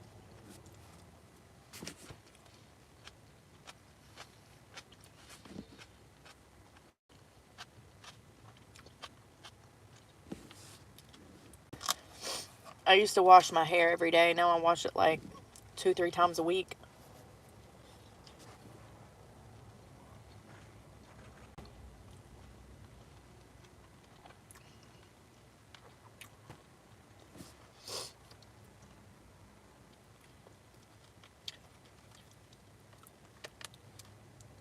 Panda be hitting.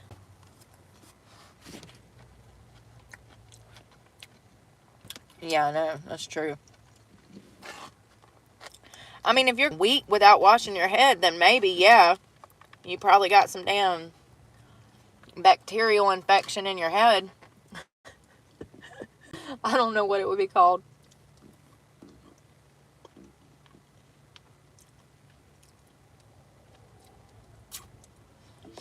You put your hair up in one of those damn scrunchies long enough and your head will start hurting. It'll be sore from where that scrunchie has had your hair up all day. I was just like, what is she talking about?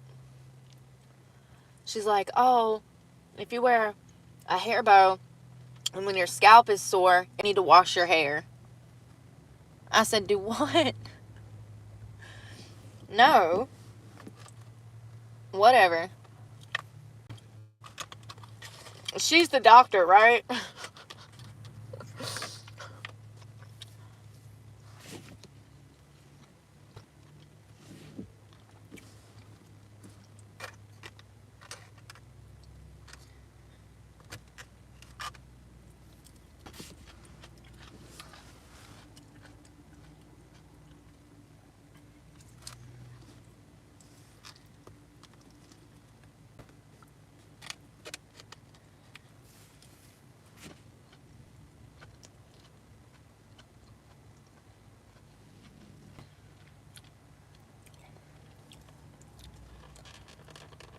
Oh, this is Panda Express.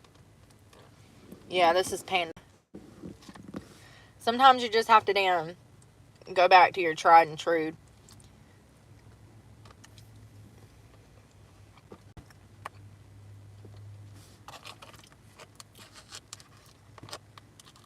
I do eat every 3 hours, don't I? I'm like a little kid. You gotta feed me or I get grouchy.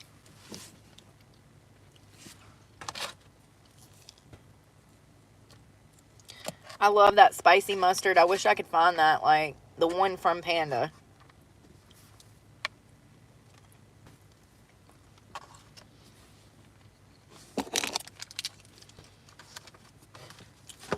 Snack for later.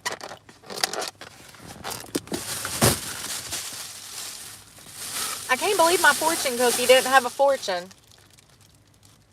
That kind of sucks. It would have probably told me some bullshit that I already knew. You're a great friend. Thanks. It's always some baloney.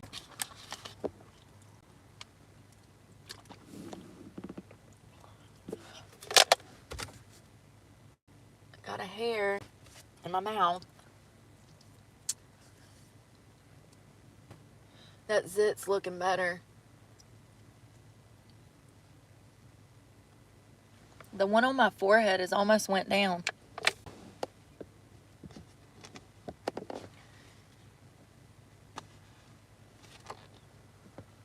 It doesn't seem to pull anything out though. That's how I know it's like really under the skin, because it doesn't have a head or anything. It just looks like a welt. Hell, it was twice as big the other day. It looked like somebody had punched me in the forehead. I had a big old goose egg on there. At least now it's went down some.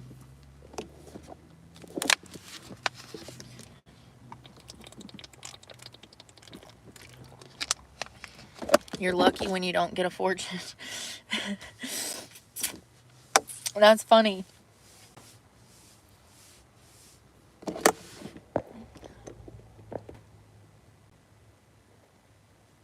Hey, congrats, Catherine. That's good to hear. You've lost 150 pounds. That's a whole human. The Beijing beef is what I had on there in the sesame. Hello, Leon. Thank you for becoming a bronze member.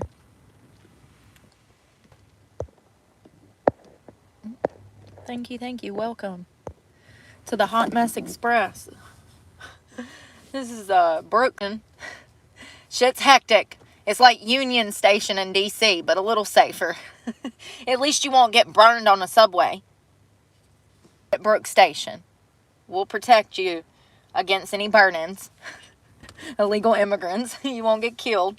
Okay? I can't promise Americans, though, because they just as crazy. Just as crazy. I'm pretty sure I have a stalker, you guys.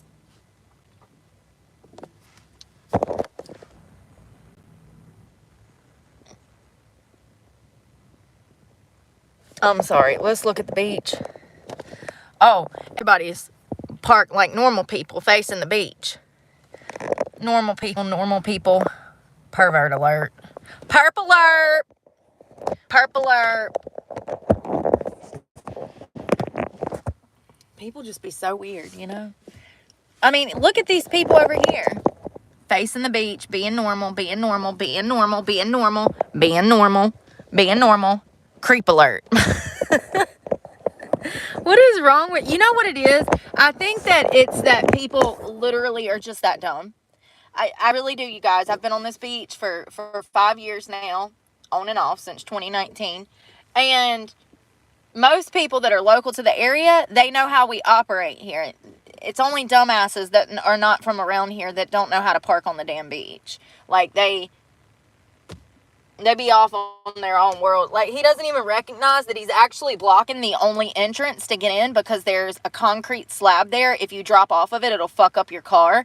So, actually, that's the only entrance in. He's sitting right in the middle of the fucking road so no cars can turn into the parking lot. I really just genuinely think people are that dumb. Clearly.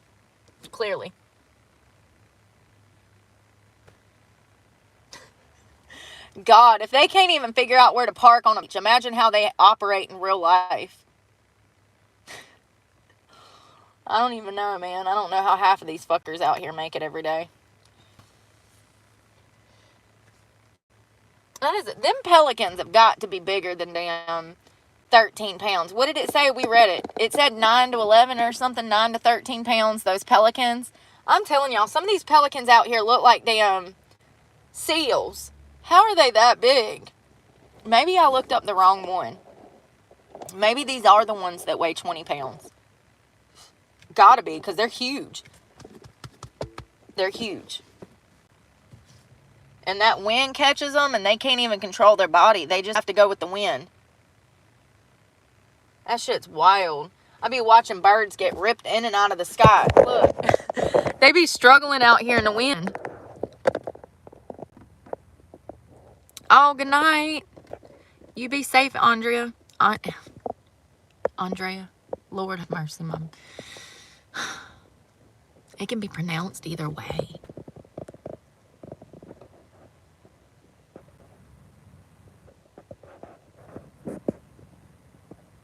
Where are they at? Look how he's up there struggling. Where'd he go? Damn, you can't even see him on my camera. There's birds in the sky. There's one. They get jerked around. Especially when they get up. Yes, I did. I did. Thank you so much, Leon W. I did.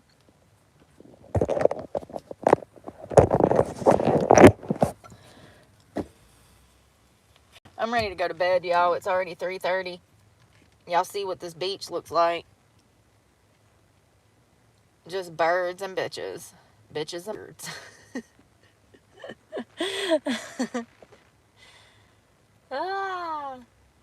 I can't think of anything else I need to do today. It was kind of those days where, like, the world is kind of slowed down.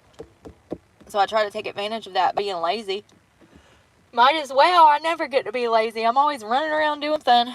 Cleaning out the car, doing laundry, going to court for bullshit. Speaking of which, I need to damn contact my attorney on Monday.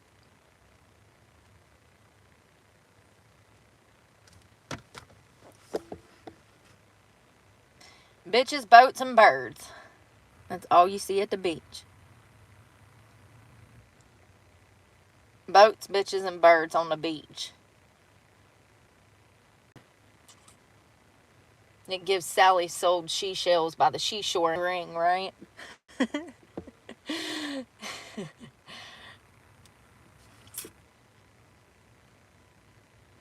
warm this weekend. I might go to one of the other parks.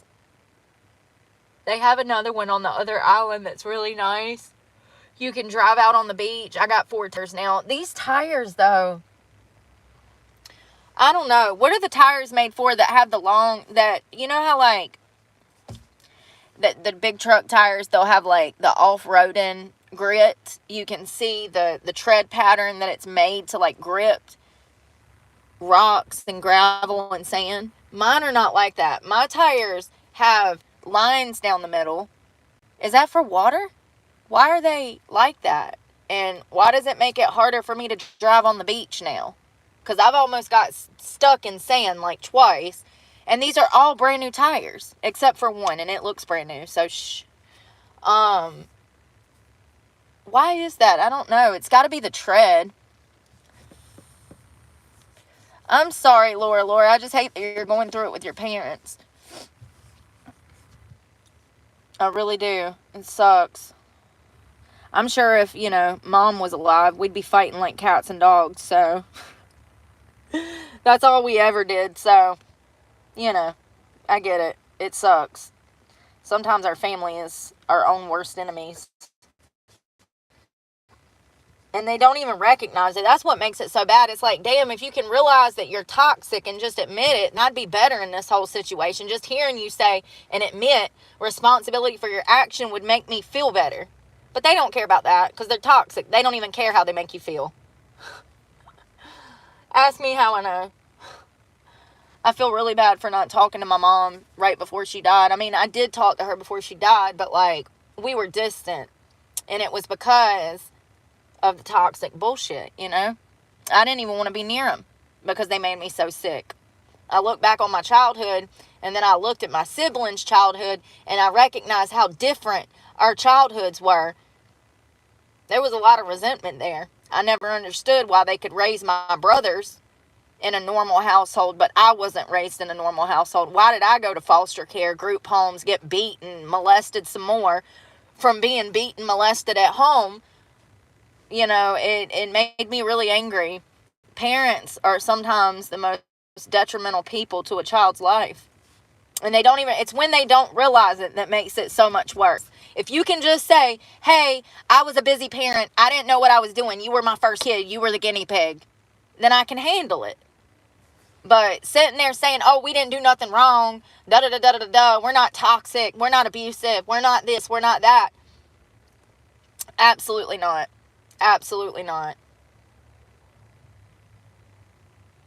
It's one of those things where I don't see my kids, but I already have letters planned for how I'm going to apologize. You know what I mean? There's things that you do as a responsible parent, and my parents never did that, and a lot of parents don't. And I feel like that boomer generation is one of that they live in a damn fantasy world. They don't recognize how their actions affect other people. My parents technically weren't boomers, but they were born in the 60s, so they were of that generation, kind of. The older generation that likes to claim, that they didn't cause anybody to be addicted to smoking cigarettes, even though they smoked 2 packs a day and blew the shit in my face. We didn't contribute to you being addicted to nicotine. Really? Really? Tell me this. Were you smoking when you brought me home from the hospital in that tiny ass trailer in 1987? Yeah, we were, but exactly. Like, it definitely contributed. I've been hooked on nicotine since I came from the hospital. Nobody will ever convince me otherwise.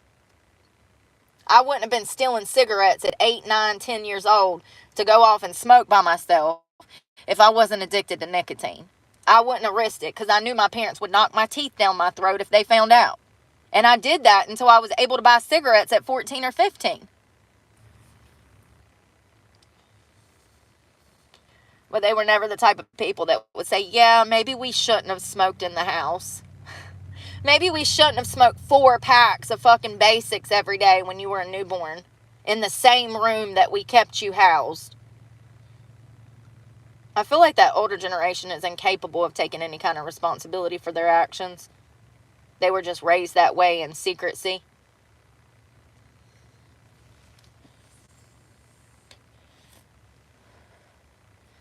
See, and that's another point. When it makes you sick,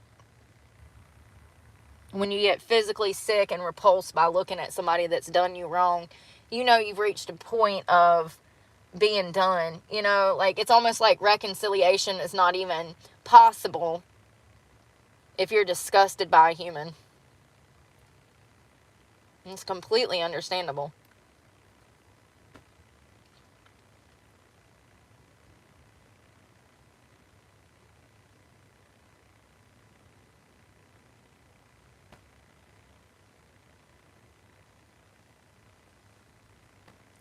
Yeah, they might be them off the road. I don't know. These are, I don't know what they are.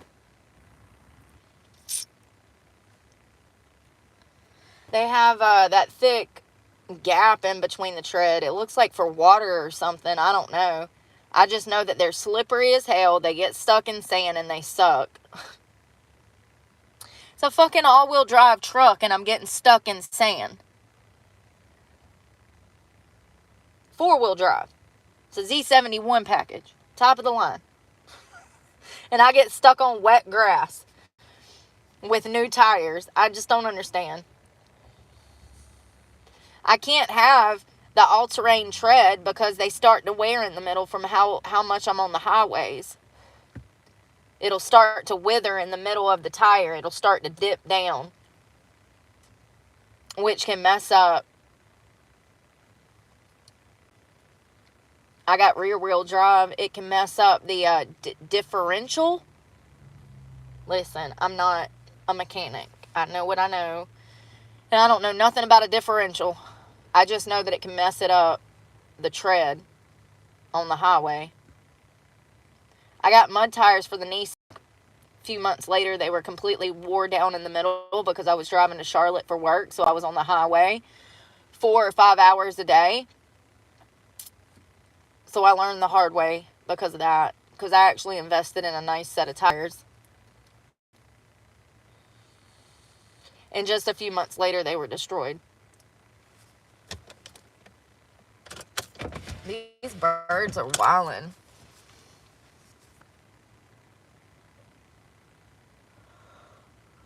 They're everywhere. There's probably 100 of them out here. Everywhere I go, there's just birds, birds, birds. I mean, I am glad to see wildlife. But they shit all over my truck. I got white stains. No, I don't have all-terrain. I can't have all-terrain because they'll get tore up within a month or two.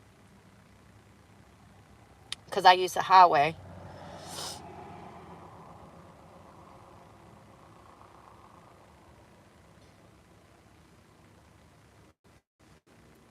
The little baby ones are my favorite. The way they just bounce around. They look like little baby chicks.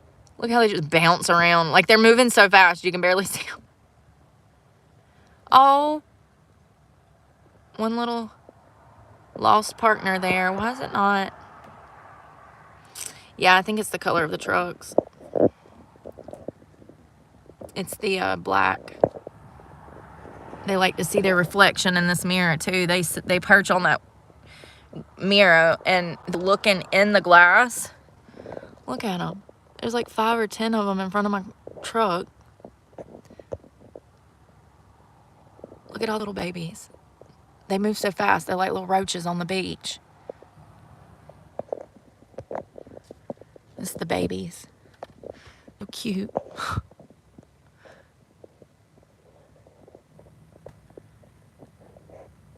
And there's me over there by myself. See that white bird? There's Brooke.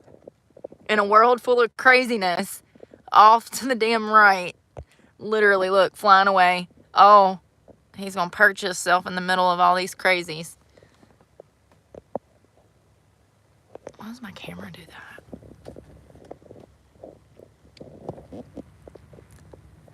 Listen, do not feed the damn birds. That's your first mistake. There he goes. Where's he going? He said, damn, got too close to the public. They're all looking at him. They must not get along.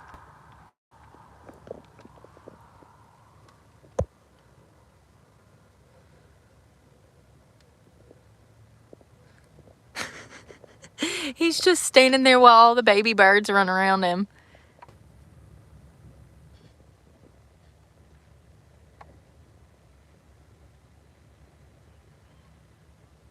They're crazy. Tons of crazy birds.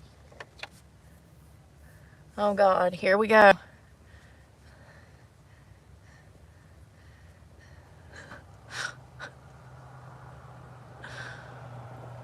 Y'all, the situational awareness out here is just unbelievably sad.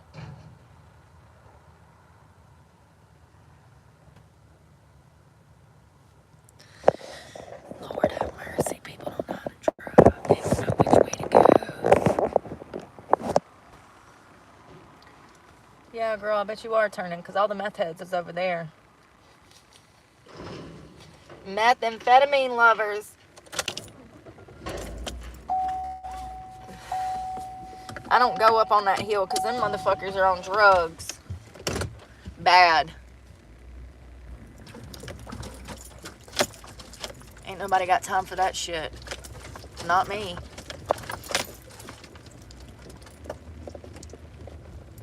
Hey, the perks of having a truck. Hey, get in and get out. Oh God, I'm gonna get smashed by a trash truck. Bro, you don't see me? Who am I joking? He doesn't even look like he sees himself.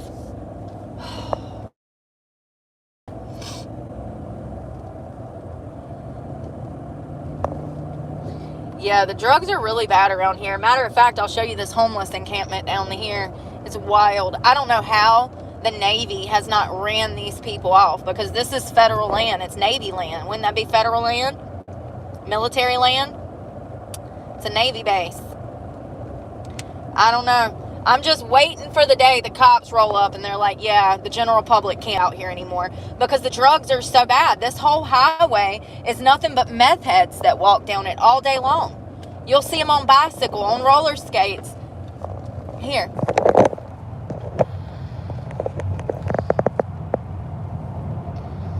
Hold on 1 second. So it's going to be in these woods. I'm going to slow down. Why does my camera look like that? So right here, here's one. See the tents? You couldn't pay me to go up in them fucking woods. You could say, Brooke, I'll give you $100 to go talk to those meth heads. I'd be like, thank you. Shit's wild. I don't know how they haven't gotten kicked off the land. I don't know. I'm just waiting for the day that the cops show up and they're like, yeah, we can't have you here anymore. The general public is not allowed. It's getting cold already. My feet, my toes.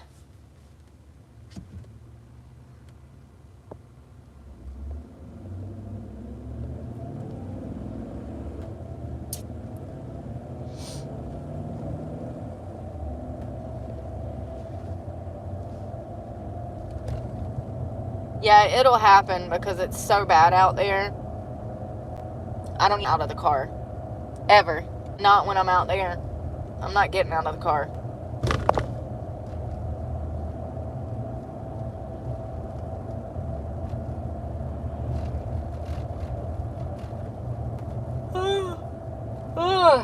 God, I thought it was I thought it was Friday. It's Thursday.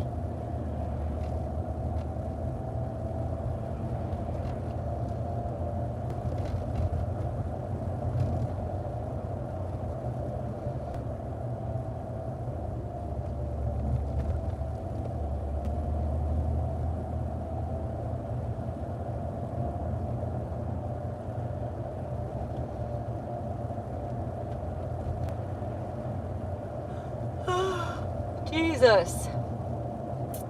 Hate that.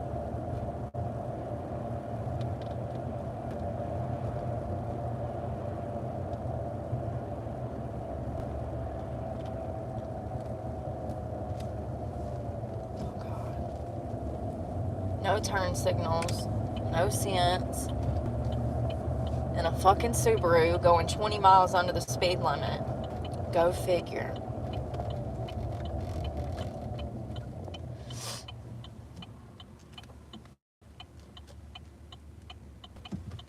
Ain't it state law to use your turn signal?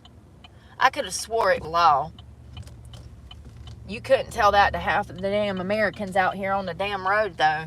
Let me tell you. Nobody knows how to use a damn turn signal anymore. I think you ought to be a ticket if you don't use it.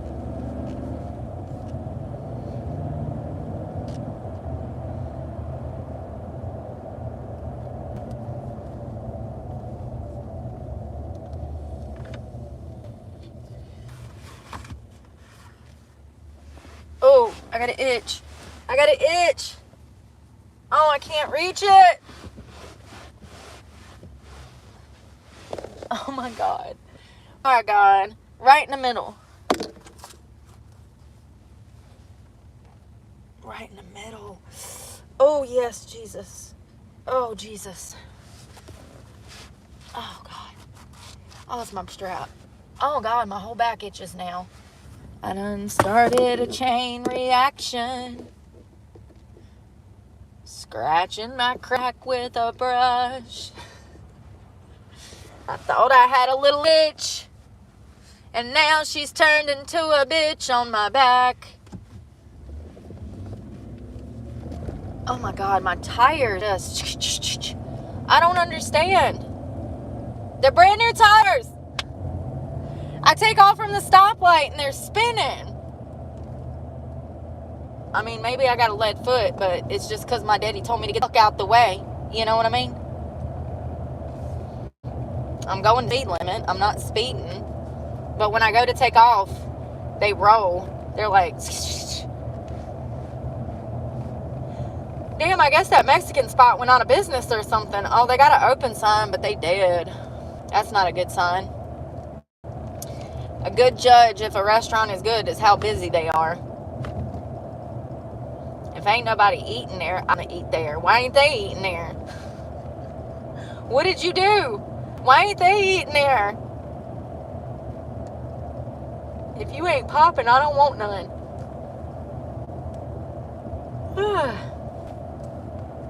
If the line ain't wrapped around the door, it can't be good. If the line ain't wrapped around the building, it can't be good. Oh, shit.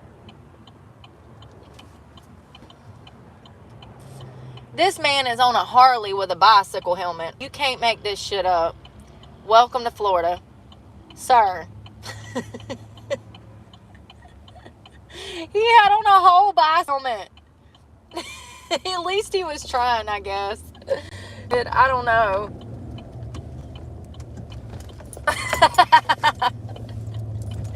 He probably been watching me tell everybody to wear helmet shit and put the bicycle helmet on. Wouldn't that be lovely? I should have followed him and asked him. I don't think it works like that, but nice try. That bicycle helmet will turn into damn shattered pieces of plastic as soon as it hits the ground. Going the speed that a motorcycle can. That's not how that works. I'm about to go. I need to get ready for bed. Yes, this early. I'm about to go in this gas station and brush my teeth and then start getting ready for bed.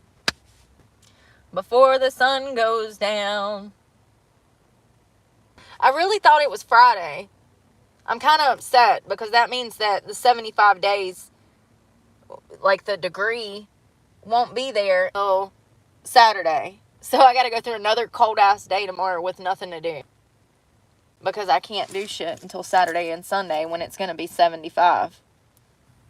I mean, I guess I could drive souther, but I really don't want to. I don't feel like dealing with a whole new area with new people. Have a fucking attitude. You know what I mean? At least here, I don't have to deal with that shit.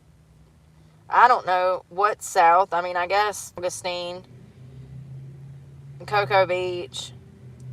Cocoa Beach is not my favorite. People are really snotty there.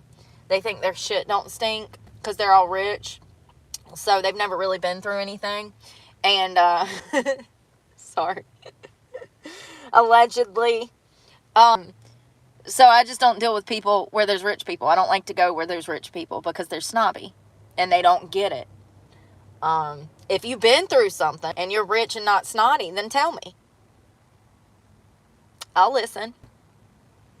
But usually, you know, they don't like van lifers. They don't want to see homeless people. So it just causes more problems. But people don't know how to mind their business. So I really don't want to go souther because where I'm at has a high homeless. But living out of your car, you're going to have to go to the bottom of the barrel. You're going to be sleeping in dangerous places with a high homeless population and a high drug problem. You're not allowed to exist anywhere else. If you have to, the cops will come and run you off. So that's why I stay in this area, because everybody leaves me alone. The cops know who I am. I ain't got to worry about getting kidnapped or killed out here, thank God. Most people, even the homeless people, even the drug addicts, they mind their own business. Oh, you know what I want? I saw this girl come out the store with a cigarette. I haven't had one of these since the other day.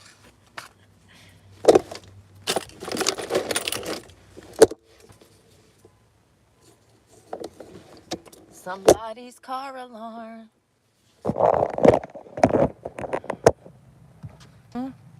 Crazy. Crazy. Crazy for being an American. Hey, buddy, I think your car alarm's going off. Let's go be nosy.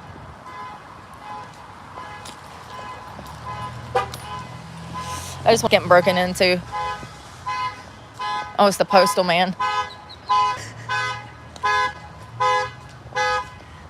Oh no, it's the truck down there. Ah! Probably got his key in his pocket.